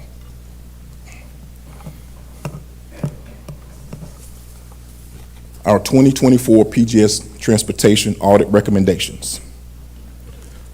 Number 1, align and balance bell times. Strategically differentiate service levels and consolidate stops. Audit walk boundaries, safety zones. Diversify our modal mix and vendor. Expand alternative supply options. Implement a codified opt-out practice. Strengthen organizational capabilities through strategic staffing. Adopt user-centered design to enhance customer service. Streamline technology providing support and accountability for use. Manage performance and enforce accountability. Ensure reliable GPS tracking is linked to assigned trips. And revise operational processes for efficiency and clarity. Thank you, Director Baldwin. So this audit represents an outstanding opportunity for us to improve, and it's outlined in a few areas in this opportunity analysis. The audit has identified potentially significant operational efficiency gains and cost savings based on the implementation of select recommendations. As you can see here, by the improvement of our bell time alignment and pairing, this could result in the elimination of up to 119 buses and provide a maximum cost savings of $16.9 million. Balancing that first tier of bus runs that occur at or before 7:45 a.m. would require us to move between 300 and 400 trips to a later tier. Service level differentiation and targeted stop consolidation, which would increase the average stop distance from 0.24 miles to 0.46 miles, would allow transportation to remove 22% of stops and eliminate up to 69 buses, which would be a cost savings of up to $9.8 million. Completing our walk zone audits and mode shifting, which looks at the approximately 22,000 students or 26% of our overall ridership who currently are routed for a bus but reside in a school walk boundary, could eliminate up to 282 buses and be a cost savings of up to $40 million. I do want to speak to that just for a moment. When considering these walk zone audits, we must take into account bus assignments that have been provided due to obvious safety reasons. As an example, there are students in the walk zone and attending Oxon Hill Elementary School. They receive a bus because they don't have a safe means to cross a major roadway, that is Route 210. So these students are counted in that 22,000 riders. So this walk zone audit will allow transportation to revisit each of these stops and make adjustments as needed, but still taking into account safety. The diversifying the modal and vendor mix, which recommends shifting more than 1,100 trips from buses to lower cost vans or sedans with a potential cost savings of up to $13 million. So again, to look at each of these recommendations in a little bit more detail, correctly aligning our bus times could reduce the required number of vehicles from 1,008 to 889. This is a reduction of 119 vehicles, which would help our school district address the current driver shortage and produce significant cost savings. Strategic bus consolidation, again, could yield a removal of 22% of stops across the school system. This process, as we stated before, would increase the walk zone from home from 0.24 miles to their stop to 0.46 miles from home to the bus stop. This modest increase is still far below what our Administrative Procedure 3541 considers a walk zone of 1.5 for elementary students and 2.0 miles for secondary students. The auditing of our walk boundary safety zones would operationalize our opportunity to implement a formal approach to auditing safety zones and student-level walk boundary exceptions. This would allow us to ensure a consistent and equitable exemption process and enforce standard transportation eligibility criteria. When I look at recommendation 4, transportation has already started this process with the development of the non-CDL driver position earlier this school year, and these staff members are currently providing transportation for identified McKinney-Vento program students, and through identified grant funds, we are engaged in the limited use of a car service to also transport identified MVP students. The audit calls for us to expand those alternative options to transport students to school. The next recommendation around expanding alternative supply options challenges PGCPS to pilot initially the incorporation of public transit, parent carpools, and payment in lieu of bus service into our transportation process. Finally, the opt-out, number 6, looks at Prince George's County Public Schools engaging in a formalized process for recording ridership of students, daily student non-riders, and intermittent riders. It is also challenging us to actively promote an opt-out option for families so they can communicate to us in real time that they do not intend to use bus transportation, and then we can plan accordingly. Director Baldwin's going to walk through the final 6 recommendations. With recommendation 7, strengthening the organizational capabilities through strategic staffing, we need to strengthen our data and analytical capacity by providing additional training and data support for routers, supervisors, and hiring dedicated data analysts. These were also positions that have been recommended in our current budget cycle. On the driver's side, our streamlining of administrative processes and the process of qualification and hiring is critical to maximize the conversion of recruits into qualified drivers. I would like to say one thing that we have changed with initial new recruits. We offer a CDL prep class along with our bus attendant class, in which we've combined them to compensate for that loss. So once they are in our class, they are taught to be a bus attendant, as well as the preliminary CDL driving. So once they finish that week of class, they are then have the opportunity to go to our bus lots and work as an attendant as they study for their learner's permit. Those that continue to their learner's permit, once they receive it, start immediately in our CDL class, and that's when they do the classroom portion and the behind-the-wheel training. So, recommendation number 8, they adopt a user-centered design for enhanced customer service. So we should be designing our systems, our tools, based on the needs of our students and our families in order to enhance our customer service, rebuild the trust, and improve student transportation outcomes. Recommendation number 9, streamline the technology, providing support and accountability for the use. We've invested a great deal in our hardware and our software systems that can work well. Albeit some limitations, when properly configured, when the infrastructure is adequate, and when users are trained, supported, and held accountable, our tools can be used with fidelity. Formative is recommending the evaluation of some of our systems for implementation for FY26, but in the near future, focusing on getting better use of our systems already in place to enhance service delivery. Recommendation number 10, manage our performance and enforce accountability. PGCPS lacks the systematic methods for reviewing reliable performance data tied to defined KPIs. We should define key measures that are most tied to the services that school, our students, and families experience and drive toward achieving them.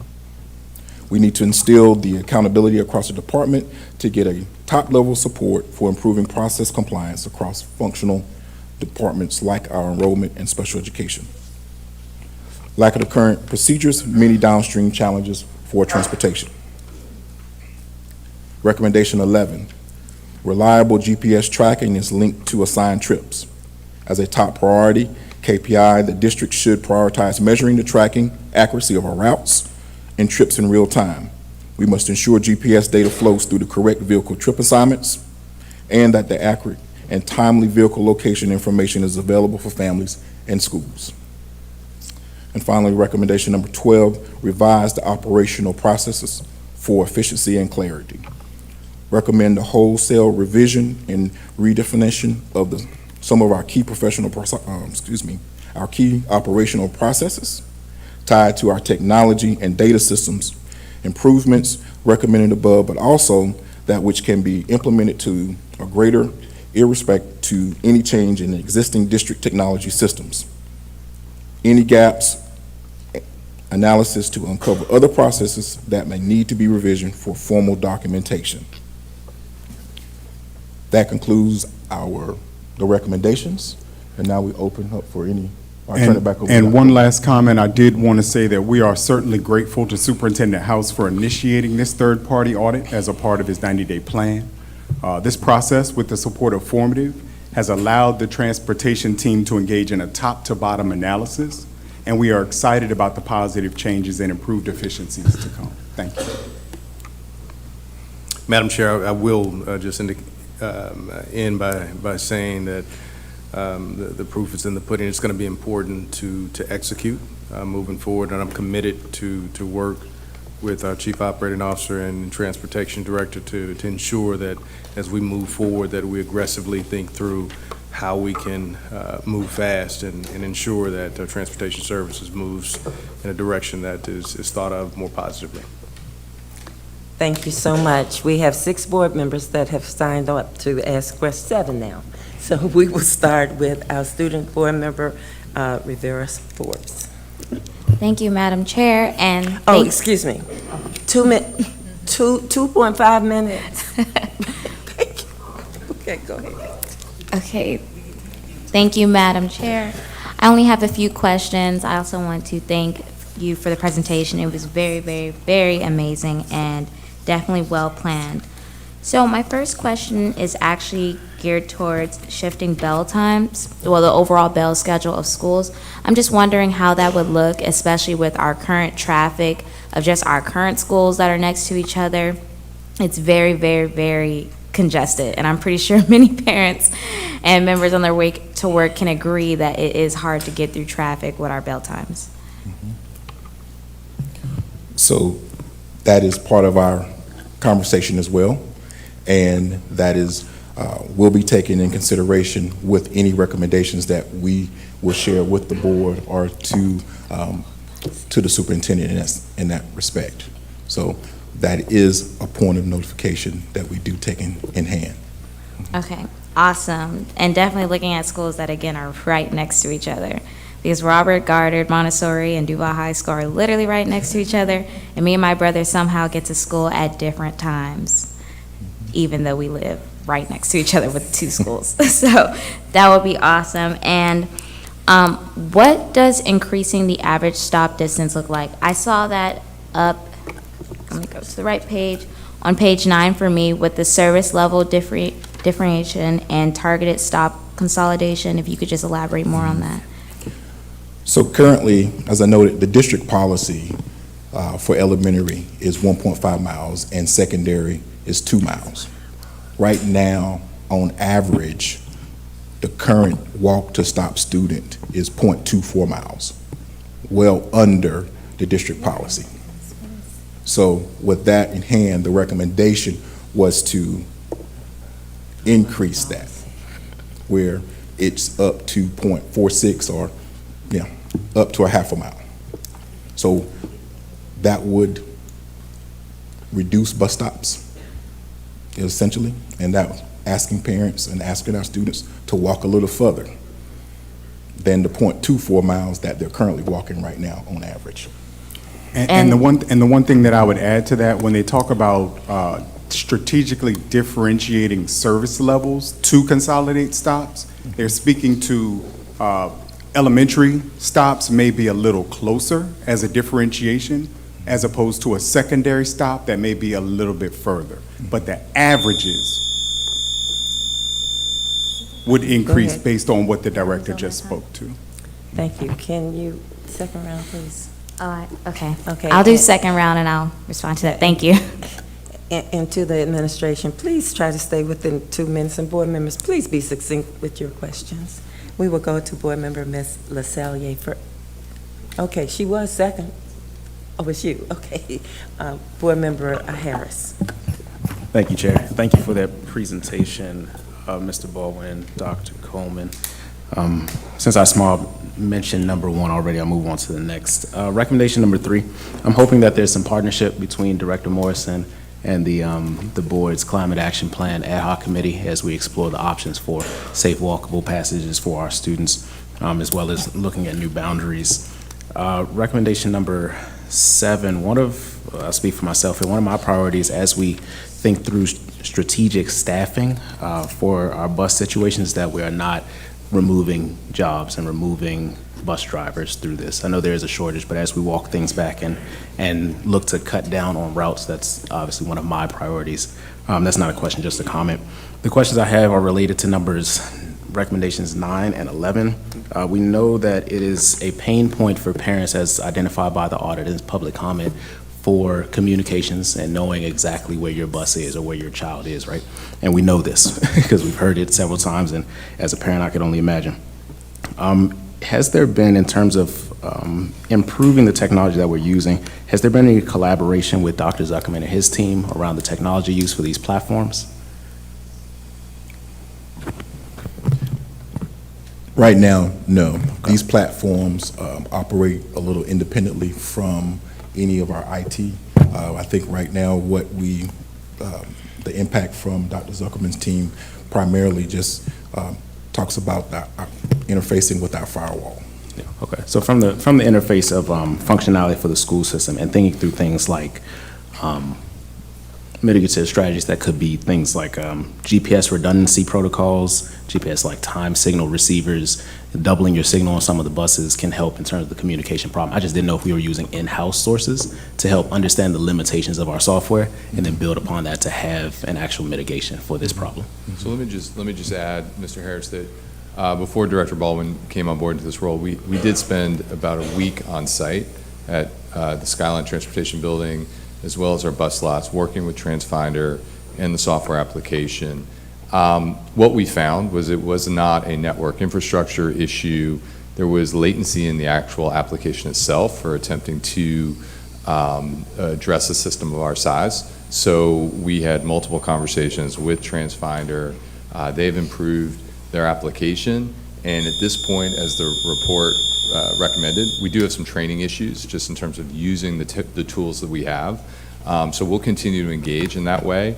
We have not engaged since Director Baldwin has been in this role, but we've had plenty of conversation with TransFinder in the past.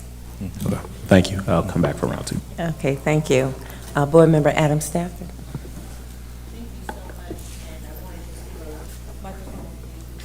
Oh, your microphone Superintendent is on. House for taking action here. When I asked for this back in the fall and board members chimed in and talked about how important this was to us, I want to just personally thank you for doing this and being so transparent with us. For several years, we have asked for this level of data so that we can support the school system in alleviating these problems. So I just want to thank you for your transparency and dedication to this. I have a couple of questions, and then I'd like to make a motion. I wanted to know, have we met with labor partners to discuss some of the outcomes of this report? We wanted to share it with the board first. We did. We have let our labor partners know that we would be doing this in the order that we're doing it in, and then having some conversation with them thereafter. Yeah, thank you. Please keep us informed on that. I'd like to know, what does the staff training look like for our current software that we're using? So currently, we have weekly, bi-weekly meetings with both the Zonar and TransFinder teams related to individual components of our software. So there's a weekly meeting involving our routing software. There's a weekly meeting involving the use of the tablet and our GPS side, in which we discuss any issues, troubleshooting issues that are occurring by drivers on the lot.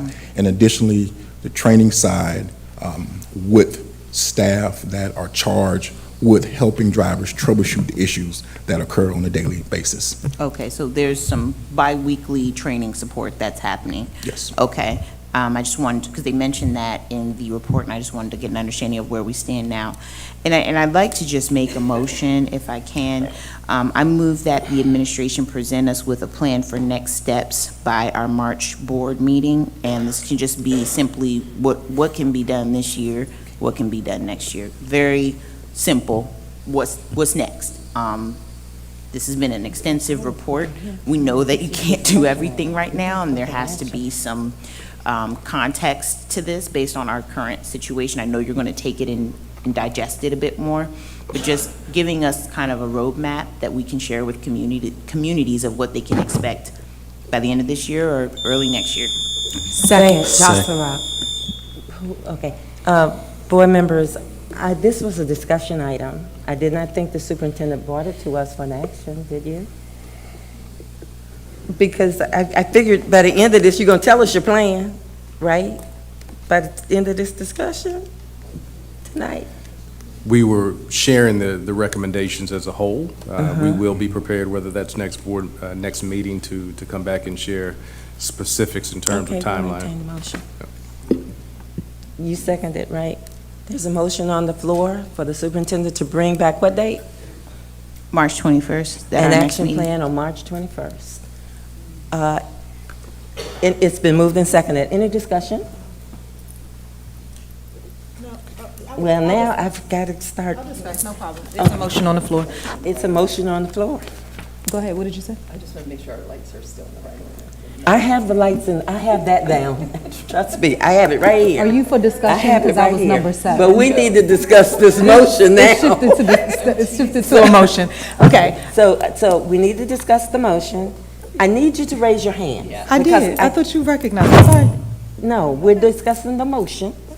Okay, so I need you to raise your hand so I can keep these lights here for the other piece. Okay, thank you. You're updating the system. I appreciate that. Vice Chair Walker, on the motion. I think I'm the only discussion. I was actually going to ask about timing. I was just going to ask you, did you want a motion for it, or I think we're going to do timing? We have It's just a discussion. I'm just saying in 4 weeks, we just want to. Yeah, mine was going to be earlier than that, but I'm fine with the motion. Okay. That sounds good. Yeah. Thank So you. I'm saying by I next just meeting. wanted to make sure. I don't know that we need it. Thank you. Very good. So any more discussion? Seeing, okay,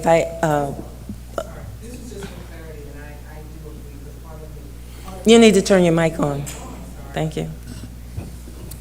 I was just going to add to, one of my questions was going to be around the team, knowing that some things can be done immediately, but there's certain things which will require more research. So my, around the motion, in terms of the plan, I don't want to be specific, but just in terms of, could it at least be a skeleton of us knowing where these things can probably be done right away, and then some of the things might need some more time to. I think we let him, I think we let the superintendent bring back the plan, Well- and he can, his team can prioritize it. Well, I think as When he a brings board, it I back wanted to to be us. more specific in that we're not asking for a strategic plan, but we're just I asking. understand that. Right, Okay, right. so the motion is on the 'Cause- floor to bring back a plan on March 20, next board meeting. Okay, any more discussion? Okay, Ms. Lopez, please call the roll on the motion. Mrs. There was Adams. uncalled a question, Madam Chair. Excuse me?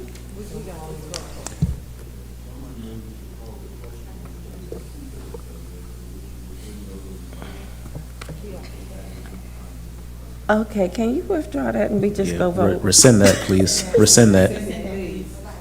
Oh, Lord Jesus.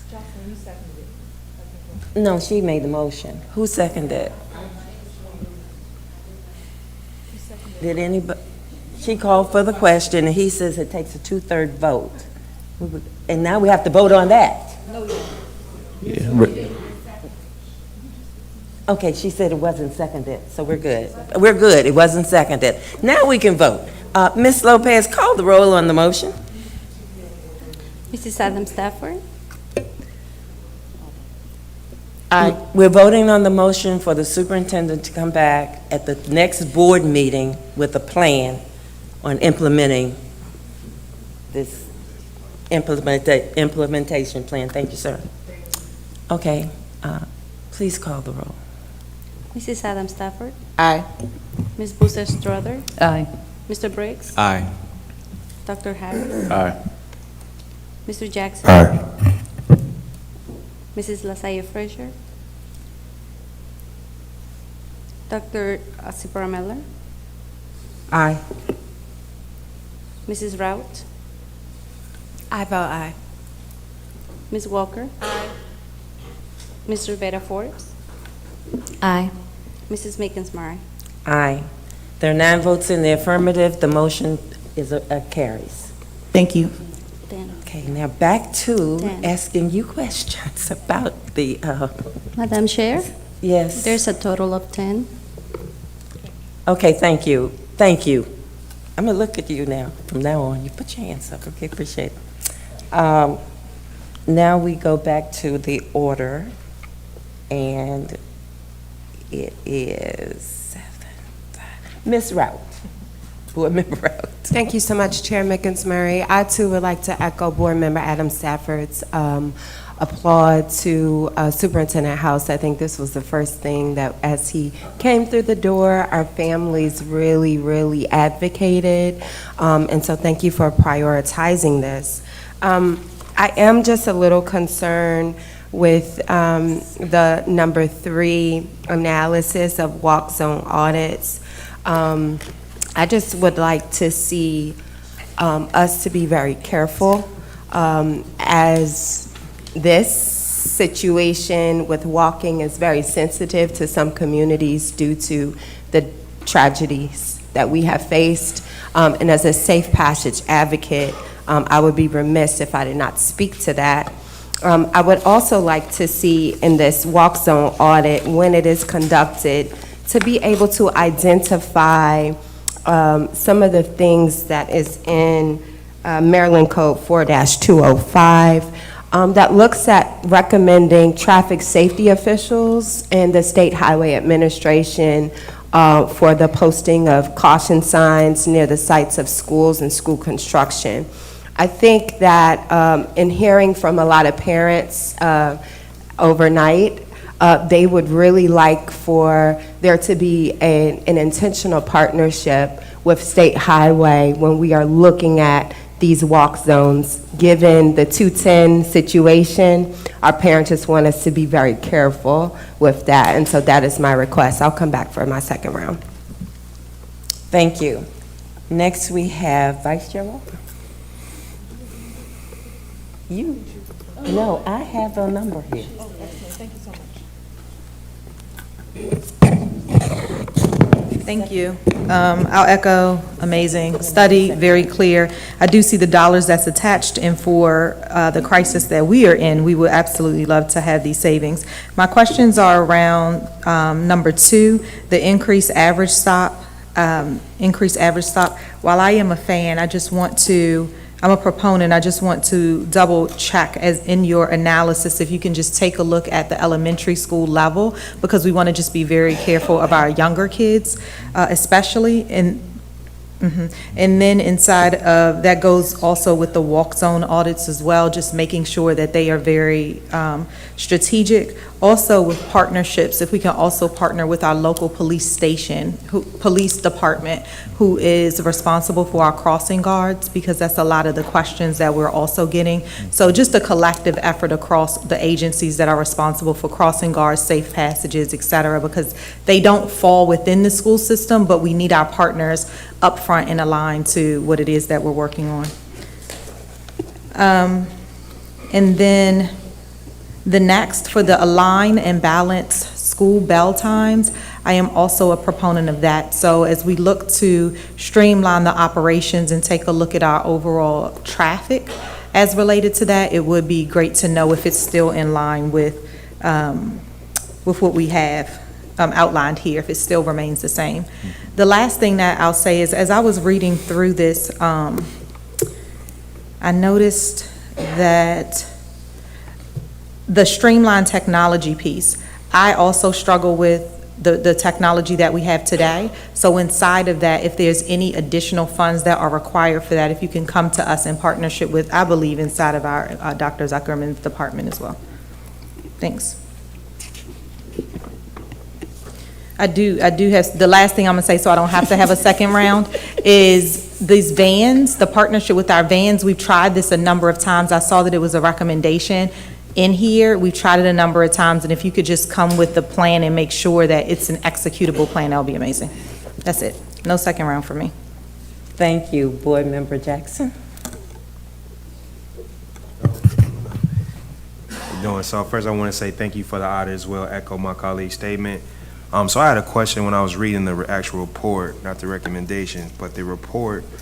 On page 21, there is a chart that compares us to our regional peers, and it says that like 68.3%, I guess we're like 2/3 of the percentage of enrolled students are transported, and it's actually lower than our counterparts regionally. But when I was looking at our fleet is enormous. We have the largest fleet, 809 vehicles. And then I was looking at outsourced. We have 0% outsourced. And I know numbers only tell half of the story. So I was kind of wondering, like, why have we taken that position? Because it seems like in the region, it seems to be like a composition of internal operators and outsourced people as well. So that's my first question. And I'll pause there for a second. I think a part of it is, if I can answer, part of it is our negotiated agreement as well.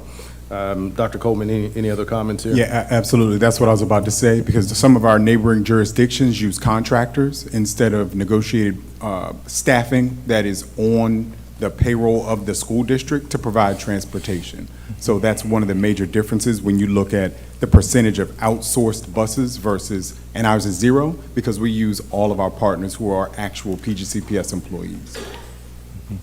Okay. And then my second question is in regard to the bus safety standards. I know that one of the recommendations was to start to encourage like the vans to be a part of the transportation scheme altogether. But I think I spoke about this to Dr. Coleman before about compromising our safety standards in order for efficiency and effectiveness, because, buses provide a certain level of, the bus is structured so it's like almost indestructible, right? So then convert into vans, they may not be as durable as school buses. So have we looked at, different prototypes and stuff like that when it comes to vans, to make sure that our students are provided the same level of safety? Yes, we have. The vans that have been purchased have special specs, specifications in line that are greater than most and what you're thinking about as a typical van transport. So we'll be happy to share what those specs are and let you see exactly what those upfits, what we call upfits are in the vans that we are potentially going to utilize for student transport. Thank you.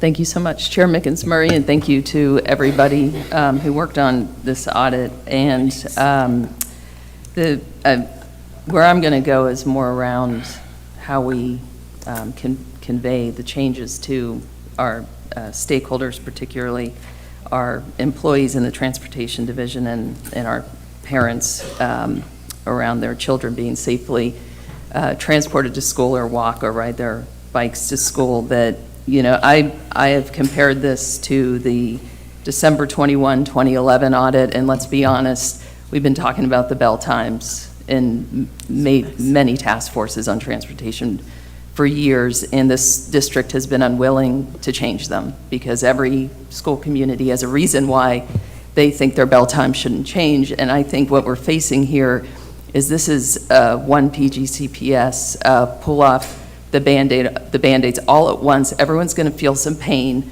just like the boundary study.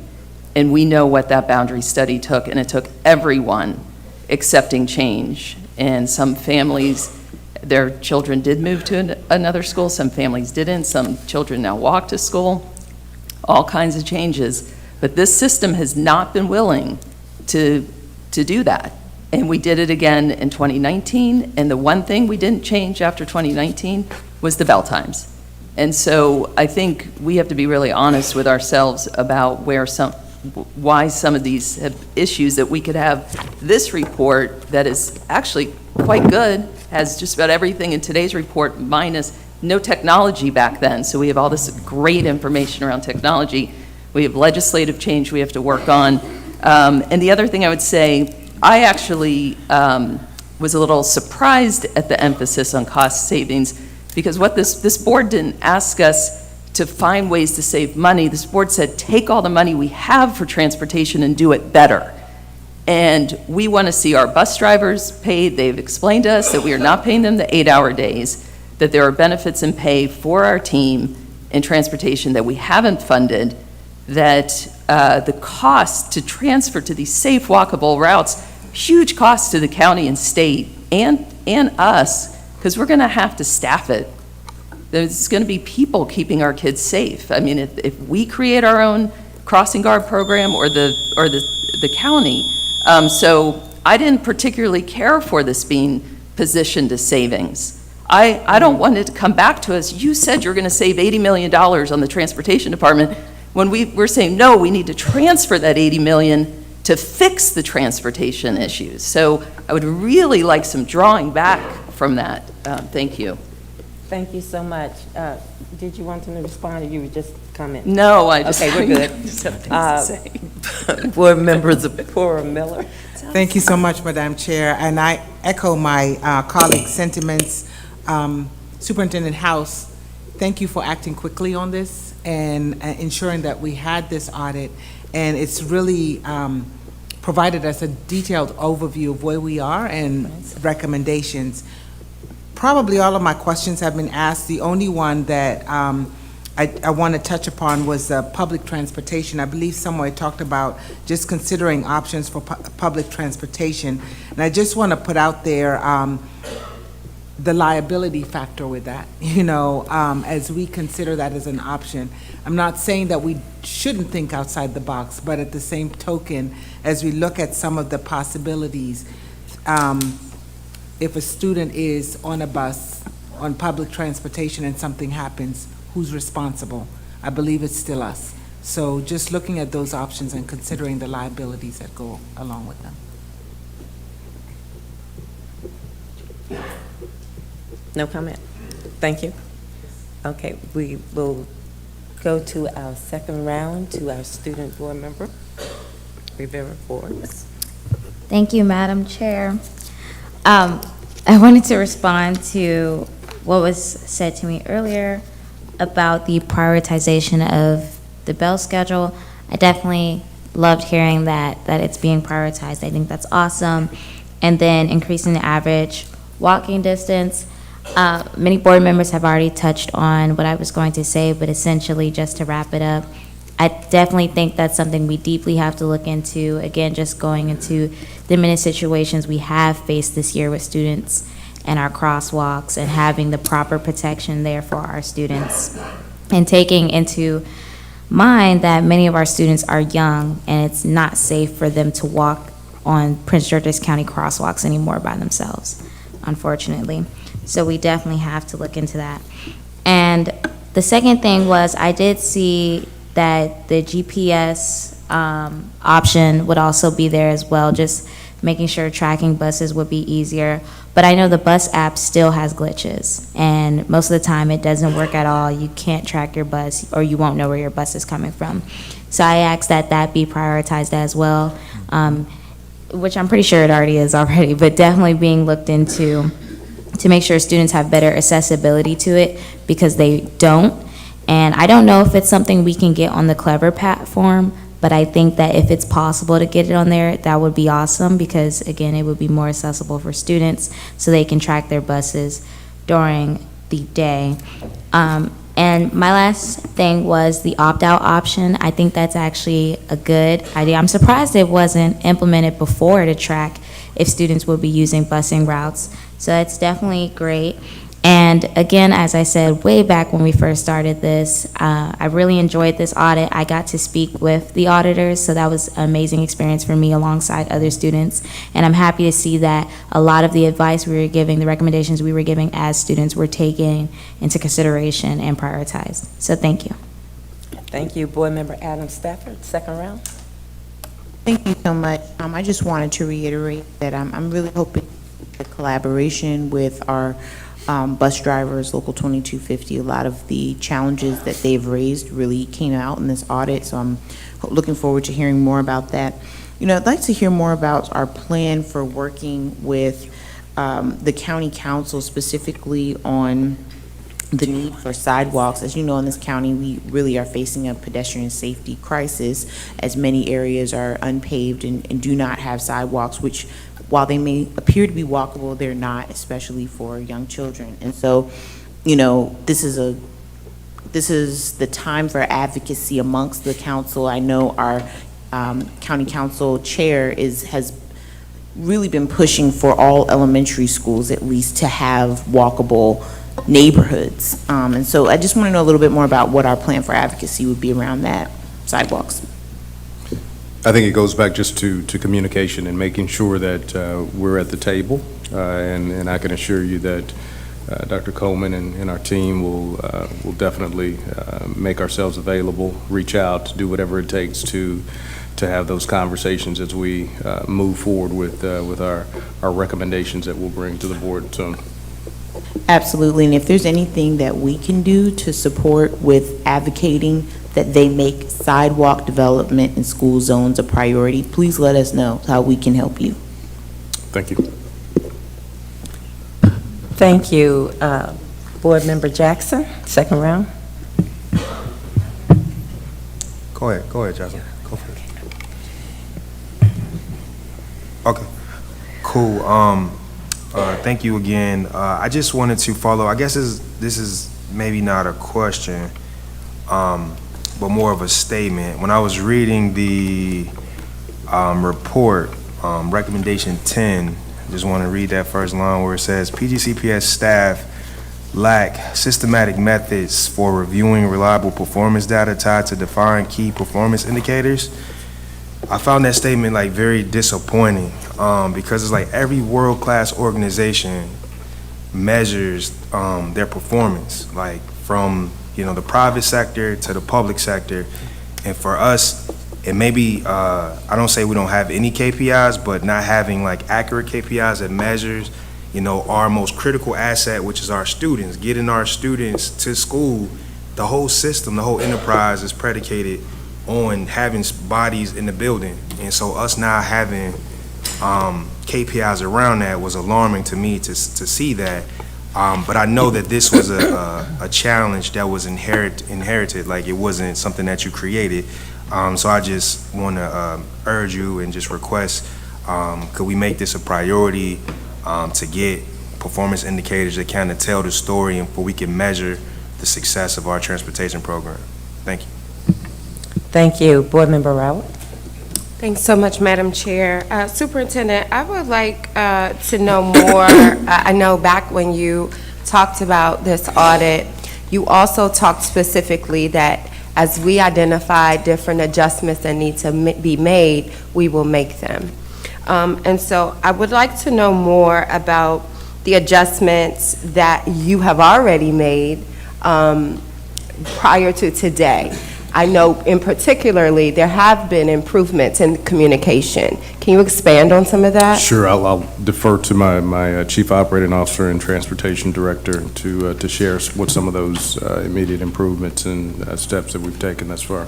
So absolutely. Director Baldwin and his team have been working to consolidate routes throughout the entire school year. He can give the specific numbers around that as well as the steps that have been taken to improve communication. So the number at the beginning of the school year of vacant routes, we started out at 217, and now we're down to 156 vacant routes. So that's a significant work for the team to reduce in terms of consolidating.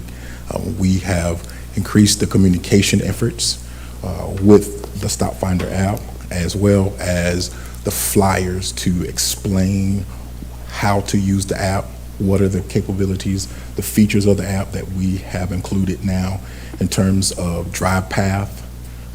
That was activated. We have extended the viewing time on the app for parents on the front end in the morning and on the back end in the afternoon for 120 minutes. We have created some flyers that are being passed out that explain our alternate transportation modes, the use of the vans with the MVP from that standpoint, and we've increased our communications within our phone bank of how we talk to our parents and be able to explain the issues that they incur. I only have 19 more seconds. I'm sorry. So I would also like to highlight the school messenger updates, because I'm a recipient of my children are recipients of transportation, so could you talk about that? Yes, so we activated school messenger in which we are able to call if the bus is running late, typically 15 minutes or more. They get a phone call if the bus is running late. Okay, thank you. That's all I want to And Dr. Harris? Thank you. Dr. Coleman or Mr. Baldwin, will 4M be involved in the implementation process? Yes. Yes, as a part of our agreement with Formative, they will be working with us through the implementation year. So we have regular communication with them on a weekly basis on post the audit being released, so that we can continue to refine the recommendations, our understanding of them, and to prioritize them for implementation. Okay, so we already paid for it? We already paid for it. I'd like to hear that. Thank you. Thank you. I'm afraid to ask, but seeing no more lights, I think we can go to Superintendent House. Thank you and your staff. This is an extremely comprehensive report. And yes, thank you so much. And I will save my questions for your implementation plan. Okay, thank you. Now we will move on to, the chair recognizes Superintendent House to report on the consent agenda items from 1.5 through 1.4. Thank you. We're doing them separate? Because we have 10 of them. Madam Chair. I'm just asking you a question. We're doing them separate? Okay, that's fine. Go ahead, sir. Yeah, Madam Chair, we'll move forward with the consent agenda 5.1 through 5.10, 5.10 at this time. Thank you. Board members, the question is approving the proclamations 5.1 through 5.10. Is there a second? Second. Okay, it's been moved and seconded to approve the consent agenda 5.1 through 5.10. Any discussion? And I see, Ms. Rao? No? Excuse me, Madam Chair. Who made the Yes. motion and seconded? Yeah, point of order. I was trying to make the motion. But I thought somebody did make the motion. No, you said so. It's okay. And I second, and I second. I move the board adopts, I'm sorry. I move that the board adopts consent agendas 5.1 through 5.10. And I second. And Brandon Jackson seconded. Okay, Alrighty. so it has been moved and seconded to approve the consent agenda 5.1 to 5.10, and I see 3 lights. So let me see. Board Member Rout? Nope, okay, good. Board Member Boozer-Struther? Thank you. I was just going to ask if we could actually read them, because I think they say a lot about, wanna read what 10? we Okay. care about. The observation of Read Across America, National Reading Month, National World Languages Week, Women in Construction Week, Prince George's County History Day Competition, Pi Day, Tuskegee Airmen Commemoration Day, which I would like to note Delegate Diana Fennell is responsible for that in the Maryland General Assembly, and we appreciate her leadership from Prince George's County on establishing that. Observation of Arts in Our Schools Month, observation of National Irish American Heritage Month, observation of National Women's History Month, and commemorating Social Emotional Learning Month. Thank you so much for reading them in the record. Board Member Adam Stafford? Yes, I just generally have a question. You know, we do these monthly, but are these tied to any academic or school-based activities or outcomes? And, you know, I just know that when I go into schools, I see these things happening, but I don't know that as a board we've ever collectively seen like a highlight reel of like, this is what we did in February for all of these things. And I'm wondering if that could be something that we could share here to highlight how do we, you know, support these proclamations in an academic setting. So in the board action summary that we put forth, we send out you all received the board action summary for schools, we send out a memo identifying what they are. On our social studies, most of them our social studies team and our CTE puts forth. We have a website that lists all of them and all the activities that students and their teachers can participate in throughout the months. From school to school, it varies. Some people approach it through which, you know, they approach it in many different ways. But we try to make sure, and we start communicating with our schools at the beginning of the year, every proclamation, so that they can plan in advance throughout the year. For you all, it comes up each month so that you can see what's happening. But for our schools, it's a continual conversation of what happens. Most of them are driven by themes of national organizations, which allows them to kind of know where to dig deep. We put out there many websites for our schools. Some of them do virtual tours in museums, depending on what it is. So we try to do many different arenas and ways for our students to engage each month and make it a priority. I think it's a great way for us to continue on our path of being a culturally responsive district, and my ask is that we, you know, just choose a month and share with the board the outcomes, the academic, you know, outcomes that are happening, that show us what has happened as a result of the proclamation in schools. Thank you. You're welcome. Okay. Thank you, Board Member Adam Stafford. Next week, the chair recognizes wait a minute. We voted. Did we vote? We need to vote. Okay. I see no more lights, so Ms. Lopez, please call the roll on the motion. Mrs. Adam Stafford? Aye. Ms. Busa Estrada, Aye. Mr. Briggs, Aye. Dr. Harris, Aye. Mr. Jackson, Aye. Mrs. Lasalle Frazier, Dr. Sipra Miller, Aye. Mrs. Rout, I vote aye. Ms. Walker, Aye. Mr. Rivera Forbes, Aye. Mrs. Mickens Murray. Aye. And I believe I have 10. Okay. 10 votes in the affirmative, the motion carries. The chair recognizes Superintendent House to report on the budget consent agenda. Thank you, Madam Chair, and as you all are aware, the administration alongside the board has gone through the budget process, which of course includes input from our stakeholders. What you'll see in front of you is a board action summary that really outlines the recommendations to the amendments that the board approved just last week. Of course, my CFO and her team have worked hard and are able to answer any questions at this time.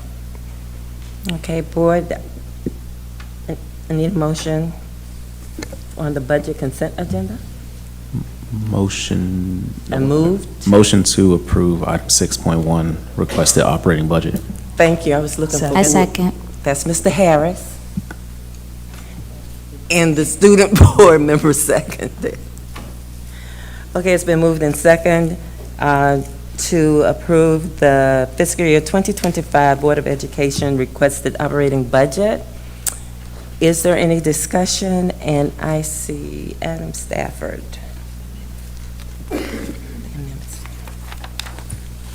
Okay, Adam okay, Stafford. thank you. I just want to highlight for the public, these are the most budget amendments that I've ever seen come through, and I want to just thank my colleagues because I think it represents that we are bringing forward the request from our community after a lot of listening, and so I just thank you also for, passing these amendments because I think they really show some of where we have found gaps in this budget. And I also want to thank, on behalf of the OBAFA committee, the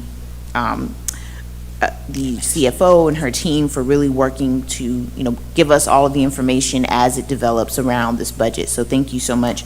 My question is around the Pointer Ridge Autism Program for $2 million. And I guess my question is, if is this expansion of the autism program going to be expanding self-contained autism classrooms, or is it going to be focusing on inclusion? I know that we've talked in Academic Achievement Committee about the district's move toward inclusion and some of the work you all have been doing there to consolidate classrooms and put students in an environment that mirrors the real world, and I know that has been a priority. So I just want to get an understanding of kind of what it will look like in the new program at Pointer Ridge. Thank you so much. Sure, no problem. So in our district, IEPs drive programming, and so this particular program is inclusion, however, is self-contained. However, in any building, we find those opportunities and moments for inclusion.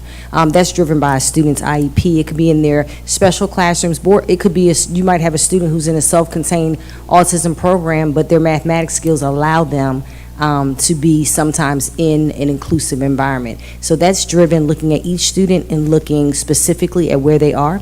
For this particular program, there will be separate classrooms. It is a self-contained program that we are establishing and building. With the number, if you look across our district and the number of autism programs and the rate by which we're growing with students with autism, we know that we needed another site. Part of what we get measured by, though, with MSDE is our least restrictive environment, and that's what you're speaking to. So at all times, we're fighting those students. Our goal is to not have a child just be in autism, and then we put them in autism program and leave them there. Our goal at all times is to try to find ways to bring them back. Yeah, I just, I would have liked a little more, I'm sorry. Okay, your time has expired. But since Board Member Busa Estrada. It's the budget. Say something. I just want to thank CEO Howell and all the chiefs and everyone who contributed to the budget this year. And the budget reflects our priorities and it reflects, what today we say that we're saying our children need programmatically and what that will cost, even though we know that needs to grow, that this is still an underfunded school system, and that we will grow with the Blueprint for Maryland's future programs and funding. So I just want to acknowledge, the significance of this moment when we reach it each year, that it is the collective work of all of us and what we say to Prince Georgians, what matters in our school system and what we are going to deliver. So I just want to thank everyone for their hard work. Thank you. Second round, Board Member Adam Stafford. Yeah, I just, I was not aware of the total cost of the autism program, and I feel like if I could just get some additional information on sort of how we will support with inclusion at this site, to support students in getting, as you were mentioning, like if they are excelling in math, getting an opportunity to be in a math class with other students, and sort of how do we plan to do that? I just feel like I would love just some more information about sort of the trajectory of how that program will expand and how we'll get students into that least restrictive environment. Thank you. Thank you. First round, Board Member Routt. Thank you so much, Chair McIntyre. I appreciate my colleagues for working collaboratively to unanimously pass all of these 15 budget amendments. That has not traditionally been done on this board, so I applaud each and every one of you who has suffered through the hard conversations, so thank you. I tried to get my question during the meeting, but I have to, it's not clear to me. The mental health awareness for $196,732, I just need to understand more about the schools. I think just how many schools would that look like? I did get your note, Dr. Davis, that it will only be for middle and high school. I'm okay with it, but I just need, for the purpose of transparency, to understand how many schools that will be every year, because I'm going to be advocating for us to continue the expansion. Yes, so we are currently in 30 schools with sources of strength, and the plan is to move 30 each year until we have all of the middle and middle and high school included throughout the district, as well as in the 5-year plan that we provided for you.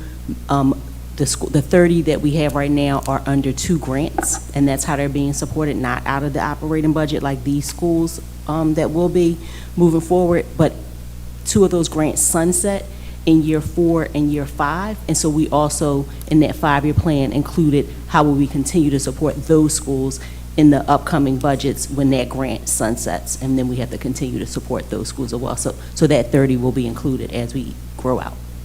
Understood. I just wanted for the board members to understand about that true expansion, because I know I started advocating that we need it in all schools. So this is, I think this is just a compromise, and then for future boards, I just wanted this to be on the record. Thank you.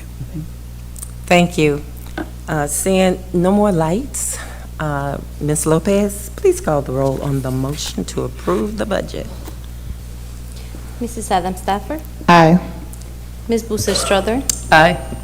Mr. Briggs? Aye. Dr. Harris? Aye. Mr. Jackson? Aye. Dr. Cipro Miller? Aye. Mrs. Routt? I vote aye. Ms. Walker? Aye. Ms. Rivera Forbes? Aye. And Ms. Mickens-Murray? Aye. I see 10 votes in the affirmative and none in the negative. The fiscal year 2025 superintendent's proposed budget is approved. Yes, thank you. Thank you all for all your hard work, everybody. Yes. Now, moving right along.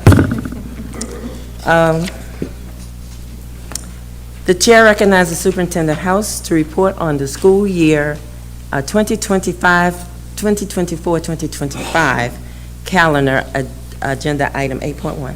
Thank you, Madam Chair. I'd like to move forward with approval of 8.1, of course, which is the 24-25 school calendar. Yes. The question is on the adoption of the superintendent's school year 2024-2025 calendar. I move that we approve the school year 2024-2025 calendar. Second. Okay, it's been moved and seconded that we approve the school year 2024-2025 calendar as a second reader. Any discussion? You have who did the motions? Good. Okay. I seeing no discussion. Ms. Lopez, call the roll on the motion. Mrs. Allen Stafford, Aye. Ms. Booster Strother, Aye. Mr. Briggs, Aye. Dr. Harris, Aye. Mr. Jackson, Aye. Dr. Zipporah Miller, Aye. Mrs. Rout, I vote aye. Ms. Walker, Mrs. Rivera Forbes, Aye. Mrs. Mickens Murray. Aye. 10 votes in the affirmative, none in the negative. The calendar is approved for school year 2024-2025. The chair recognizes Board Member Briggs to report on the governance unfinished business second reader item 8.2. Great, thank you so much, Chair McSmurray. On behalf of the Policy and Governance Committee, I move the new policy, professional development for board members, be approved as second reader. A motion. Second. It has been moved and seconded to approve 8.2, professional development of board members as the second reader. Is there any discussion? Seeing none, Ms. Lopez, please call the roll on the motion. Mrs. Allen Stafford, Aye. Ms. Booster Strother, Aye. Mr. Briggs, Aye. Dr. Harris, Aye. Mr. Jackson, Aye. Dr. Zipporah Miller, Aye. Mrs. Rout, I vote aye. Ms. Walker, Ms. Rivera Forbes, Aye. Mrs. Mickens Murray. Aye. 10 votes in the affirmative. The motion carries to approve policy on professional development of board members. We now, okay. The board recognizes Superintendent House to report on the new business first reader, items 9.1 and 9.2. Thank you, Madam Chair.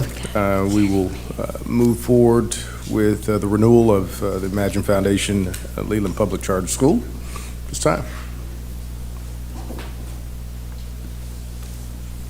Is there a motion? I move that we move to first reader for 9.1, renewal for Imagine Foundations at Leland Public Charter School, and 9.2, renewal for Imagine Andrews Public Charter School. I second, student board member. Okay, it's been moved and seconded to approve 9.1, 9.2, renewal of Imagine Foundation's Public Charter School, and renewal for Imagine Andrews Public Charter School as first reader. And remind me, we don't discuss first readers, right? Okay.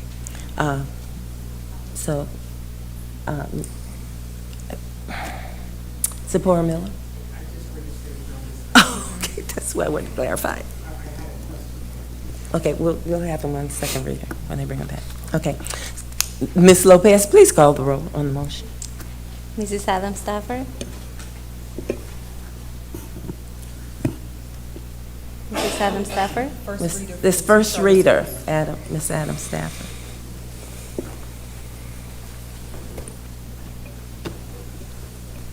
Could you come back to me, please? I have a question. Just a point of order. Maybe I'm just confused. I thought that we were discussing this. Maybe I'm sorry. I might be just getting late and I'm confused. Sorry. I think you're, okay. I don't. But they haven't presented it to us. Did you? How could it move to second reader if we don't discuss it now? Am I confused right now? I'm sorry. Somebody please help me. Maybe we ask Mr. Smith, Mr. Swift, parliamentarian. Wait a minute, I'm looking. I think the confusion is, I don't recall getting a presentation. Did we ever get one on these charter schools? I think that's the issue. Board members, let me finish with Board Member Adam Stafford. Is that your confusion?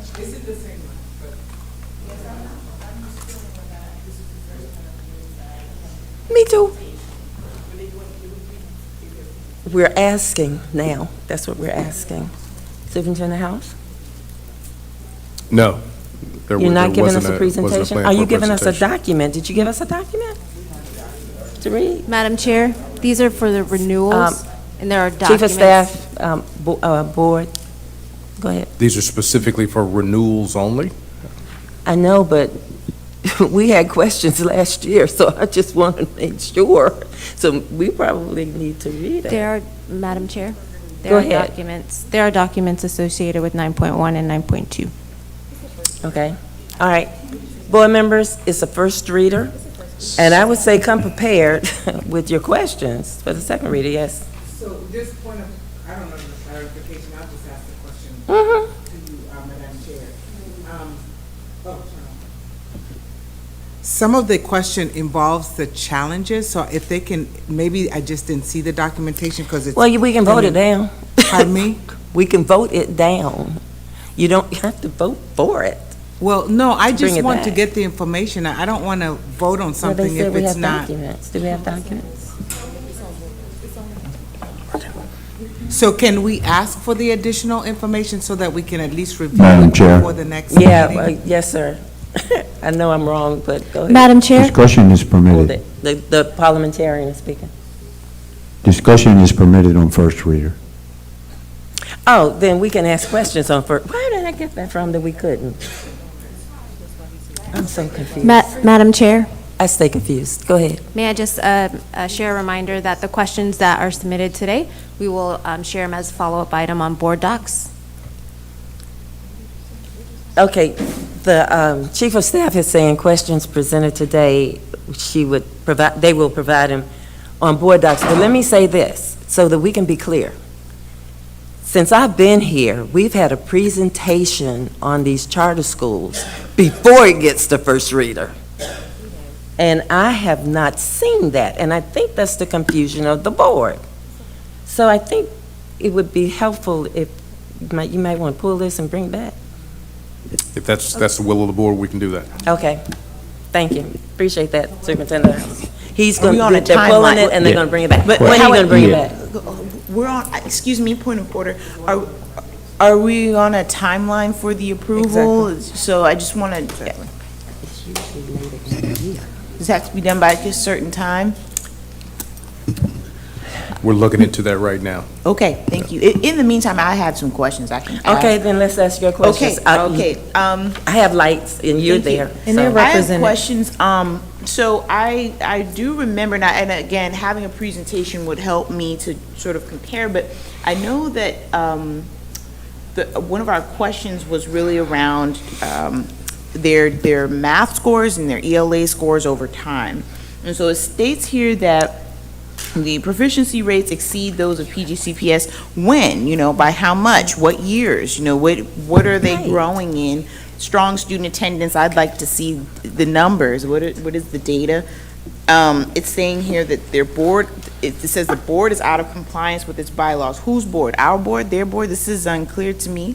And also, just wanting to understand again,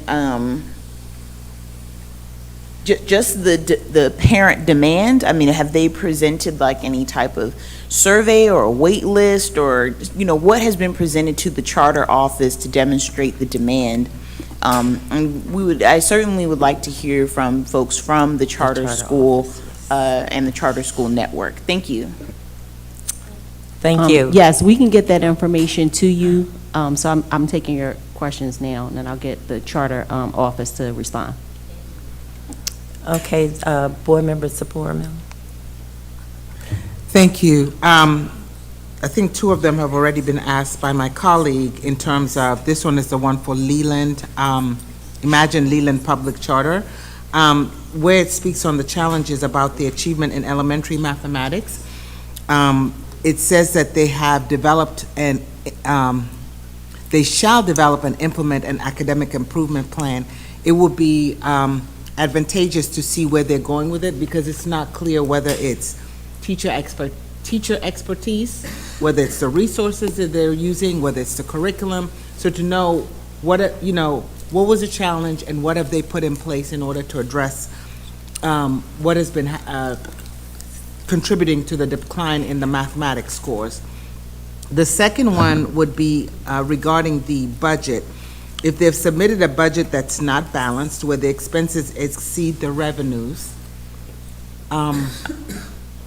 could they said they're going to submit one that does not. It would be, I would like to see the one that they resubmit that shows a balanced budget, so that we know that the school will be operating at full capacity throughout the year. Thank you. Okay. Board Member Rao? Thanks, Madam Chair. Superintendent House, I would like to know, it said that the application was evaluated by 10 Square? Yeah, that's actually a contracted agency, if I'm not mistaken, and correct me, Dr. Davis, that our charter office utilizes to support the review of some of the applications, but correct me Yes, if... that's correct, Okay. for the renewals and first-time application. Thank you. And how long have they been doing business with us? I'm not certain. I'll find out for you. Okay, yes. So I just wanted to ensure, because I know this was brought up during the last charter approval process, and I just wanted to learn more about how we are rating these applications. Is there some type of matrix that's being used across the board here forward? Like, I would like to know more about that. Maybe in your presentation you could provide that. Yeah, there definitely is a process, and we'd be glad to share more details around that process. Thank you. I don't have any other questions. Madam Thank Chair. you. Madam is Madam talking Chair. to me? Okay. It's the last time. The Chief of Staff Board. If it's okay if I mention, I just wanted to make the board aware that the board action summary on board docs does include some strengths. There are 4 or 5, or maybe 6 identified strengths, and also some challenges. I do believe Board Member Adam Stafford had a question about that, so that is on board docs.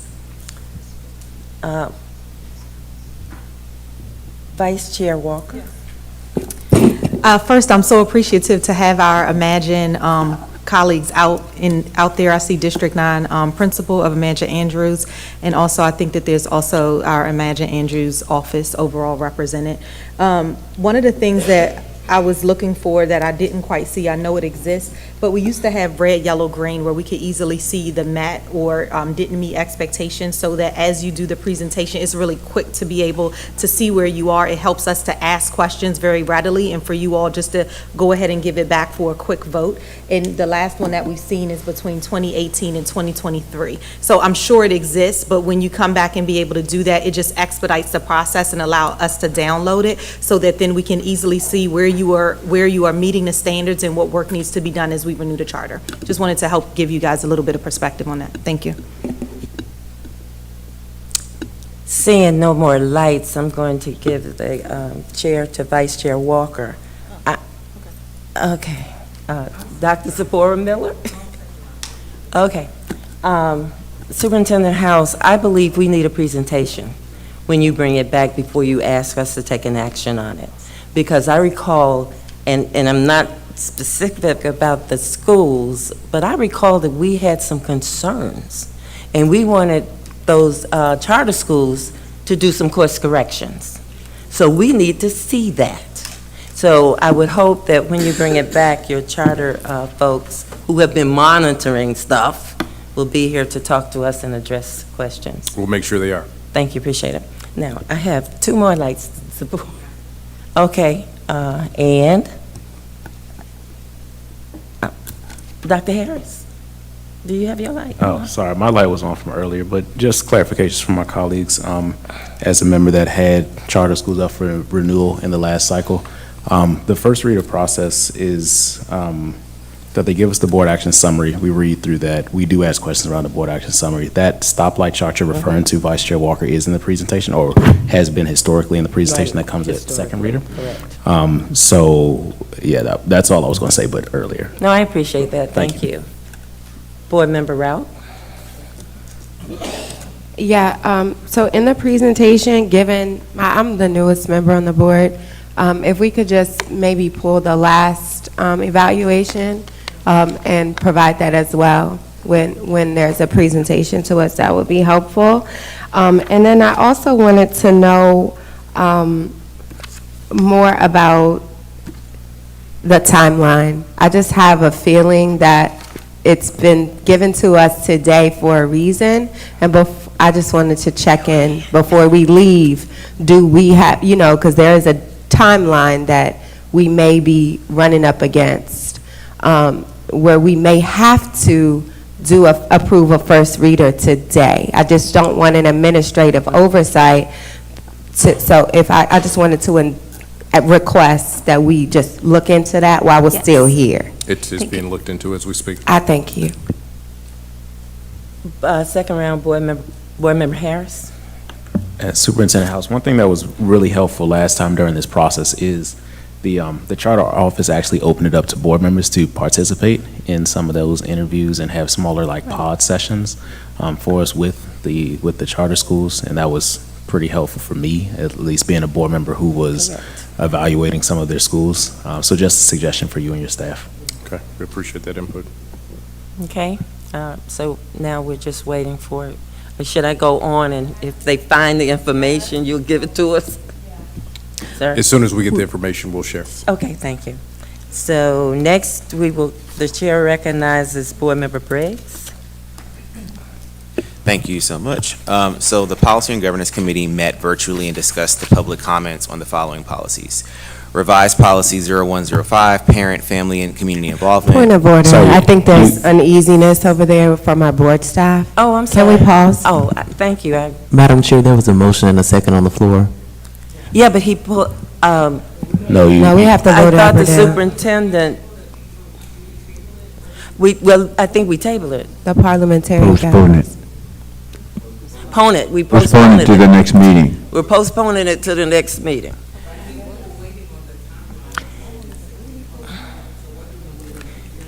Well, I was going to the next thing that's on this list while they were looking, and then they could come back. Madam Chair? Yes, sir. Did someone want to postpone it to later in this meeting? That's possible. Later in this meeting? Jesus, y'all. Is it a motion to postpone it to later in Point this of order. meeting? Point of order. As long as it's in the same meeting. Point of order. I think we have an answer from our administration. The first reader, yes, will be approved today. The second reader will be at the next board meeting in March. March 21st. Yeah, but Yes. that's not the question. The question is, do the schools need to have, are they up against a renewal? So what I would That- suggest, Madam Chair, at this time, to pay the respect of the charter operator that's here, and let's just ask them the question. They're here. Okay, both schools are here, represented? Both of them? Madam Chair, I don't want to do that. You don't want to do that? Can we vote on that? Y'all killing me here.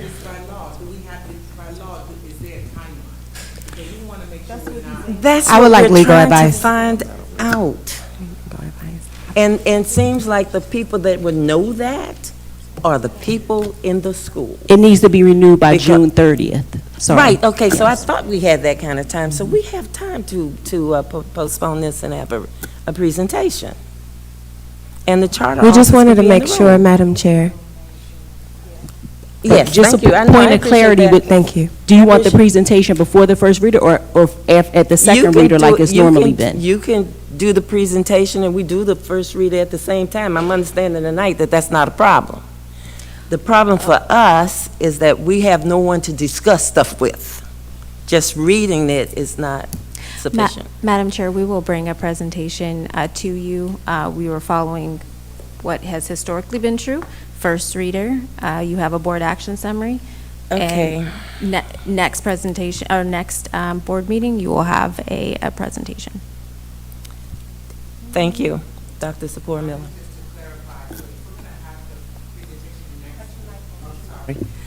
If we're going to have the presentation at the next board meeting, is that going to be considered the first reader?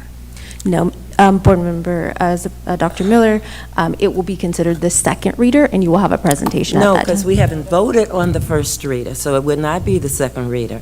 What we're trying to clarify is that we, the board, we need more information. Madam Chair, our recommendation is to move with the first reader, with the board action summary that you have on board docs today. But the board doesn't want to move with the first reader because we don't have Okay, enough whatever information. the wish of the board is, we can follow the wish and the will of the board. Madam We'll- Chair, We'll do you move have light? forward with the, whatever the will of the board is. We'll move forward with it. Thank you. So. I can't get Okay, to my I button. have 3 lights here, so just let me go down the row. Board Member Rout. Thank you, Madam Chair.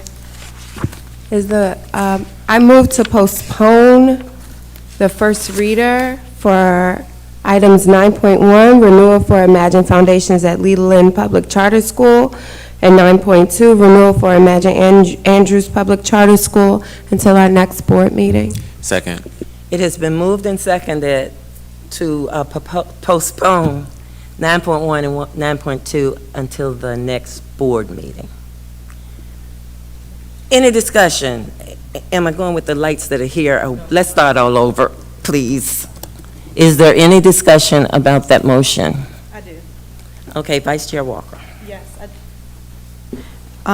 Given the postponement, I just want to double check that we're going to have the charter folks here to give the overall presentation with the red, yellow, They green. will be and black. here. Thank you so much. You're welcome. And in that presentation, which they already know, it is a comparison of what was there last year and where they are. Thank We'll you. provide that information. I appreciate that. It will move forward to votes. Thank you. Thank you, Student Board Member Rivera Forbes. Thank you. I decided to do some research since many of us seem to not know our bylaws. And bylaw 9360 says, an item appearing on the published agenda for the first time constitutes a first reader for public notice of intended action. First readers may be the subject of presentations by the administration and discussion by the members of the board. Second reader status occurs at the next regularly scheduled board meeting, during which time board action may occur. And then it goes more in depth about our board meetings and work sessions. I hope that's clarification for everyone. This is on our website. On our board website. Yes, on our board website. Okay, I'll read it tomorrow. But it's in line with what we're doing right now. Were you I saying I that, or agree. were you opposing it? She was clarifying that she was teaching, a teachable moment from the student to the board members. Board Member Zipporah Miller. Thank you. This is just piggybacking on clarification for the presentation. Since they already outlined what the challenges are, to be prepared to. Turn your mic on.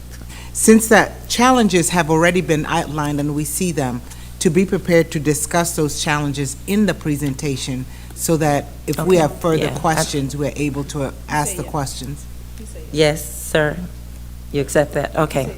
Yes, thank you.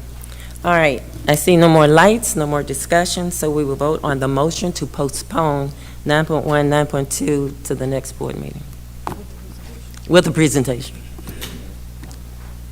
I'll call the roll. Ms. Lopez. Mrs. Adams Stafford? Aye. Ms. Busa Strother? Aye. Mr. Briggs? Aye. Mr. Jackson? Aye. Dr. Harris? Aye. Dr. Zipporah Miller? Aye. Mrs. Rout? I vote aye. Ms. Walker? Aye. Ms. Rivera Forbes? Aye. Mrs. Mickens Murray? Aye, 10 votes in the affirmative. The motion carries to have the administration come back with a presentation at the next board meeting for 9.1, 9.3. Okay, the chair Did I recognize you? Oh, no, we didn't finish. Okay, the chair recognizes Board Member Briggs to report on the new business first reader, items 9.3 through 9.6. Thank you so much, Chair McIntyre. The Policy and Governance Committee met virtually and discussed the public comments on the following policies.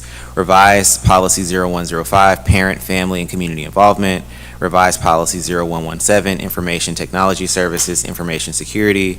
Revised Policy 5116, Appeals Process of Student Transfer Requests, Rescission.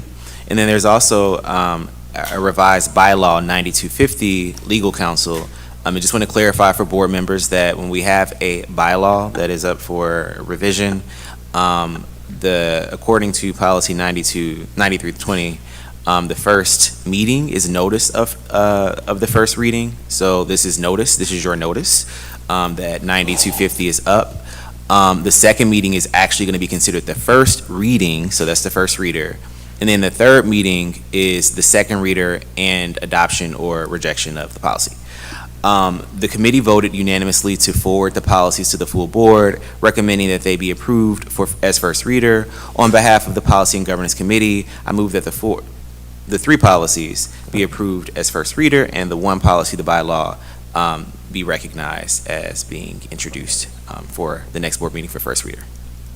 Okay, so we're voting tonight on approving for first reader 9.3, which is policy 0105, Yes. 9.4, which is 0117, and 9.6, which is 5116. Yes, that's correct. I need a motion. Did you make the motion? To do those three? Yeah, I move to adopt or approve as first reader policy 0105, Parent, Family, and Community Involvement, policy 0117, Information Technology Services, Information Security, and policy 5116, Appeals Process of Student Transfer Requests.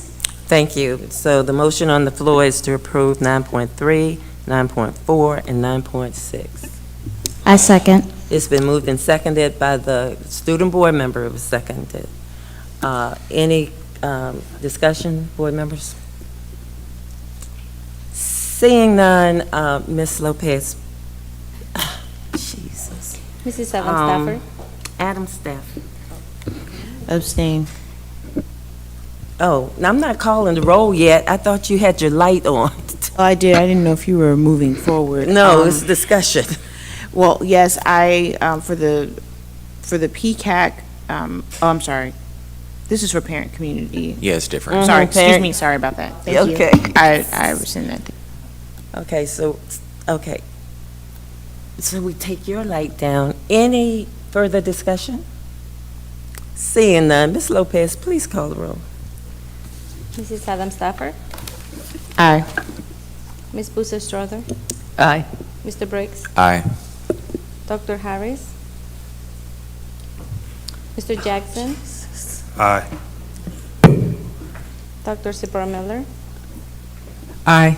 Mrs. Rout. Yes, I'm abstaining with explanation. Policy, revised bylaw 9250, I have a lot of questions about, and I will be doing my research and preparing myself for the next time. I can't abstain, is what you're trying to There's You no can voting on abstain. 9250. That's That's just for notice. Okay, just yeah, for we're not notice? doing 9250. Okay. I Yeah, we changed my just vote announced to that aye. for today. Okay, changed my Okay. vote to aye. Ms. Walker. Who did we lose? Here's Kenny. I'm still 8. Y'all killing me. Ms. Rivera Forbes. Aye. Mrs. Mickens Murray. I, Dr. Harris. That's your 9.3, right? we're voting on the policies, 3 of them in 9.3, 9.4, and 9.6. No issue. Aye.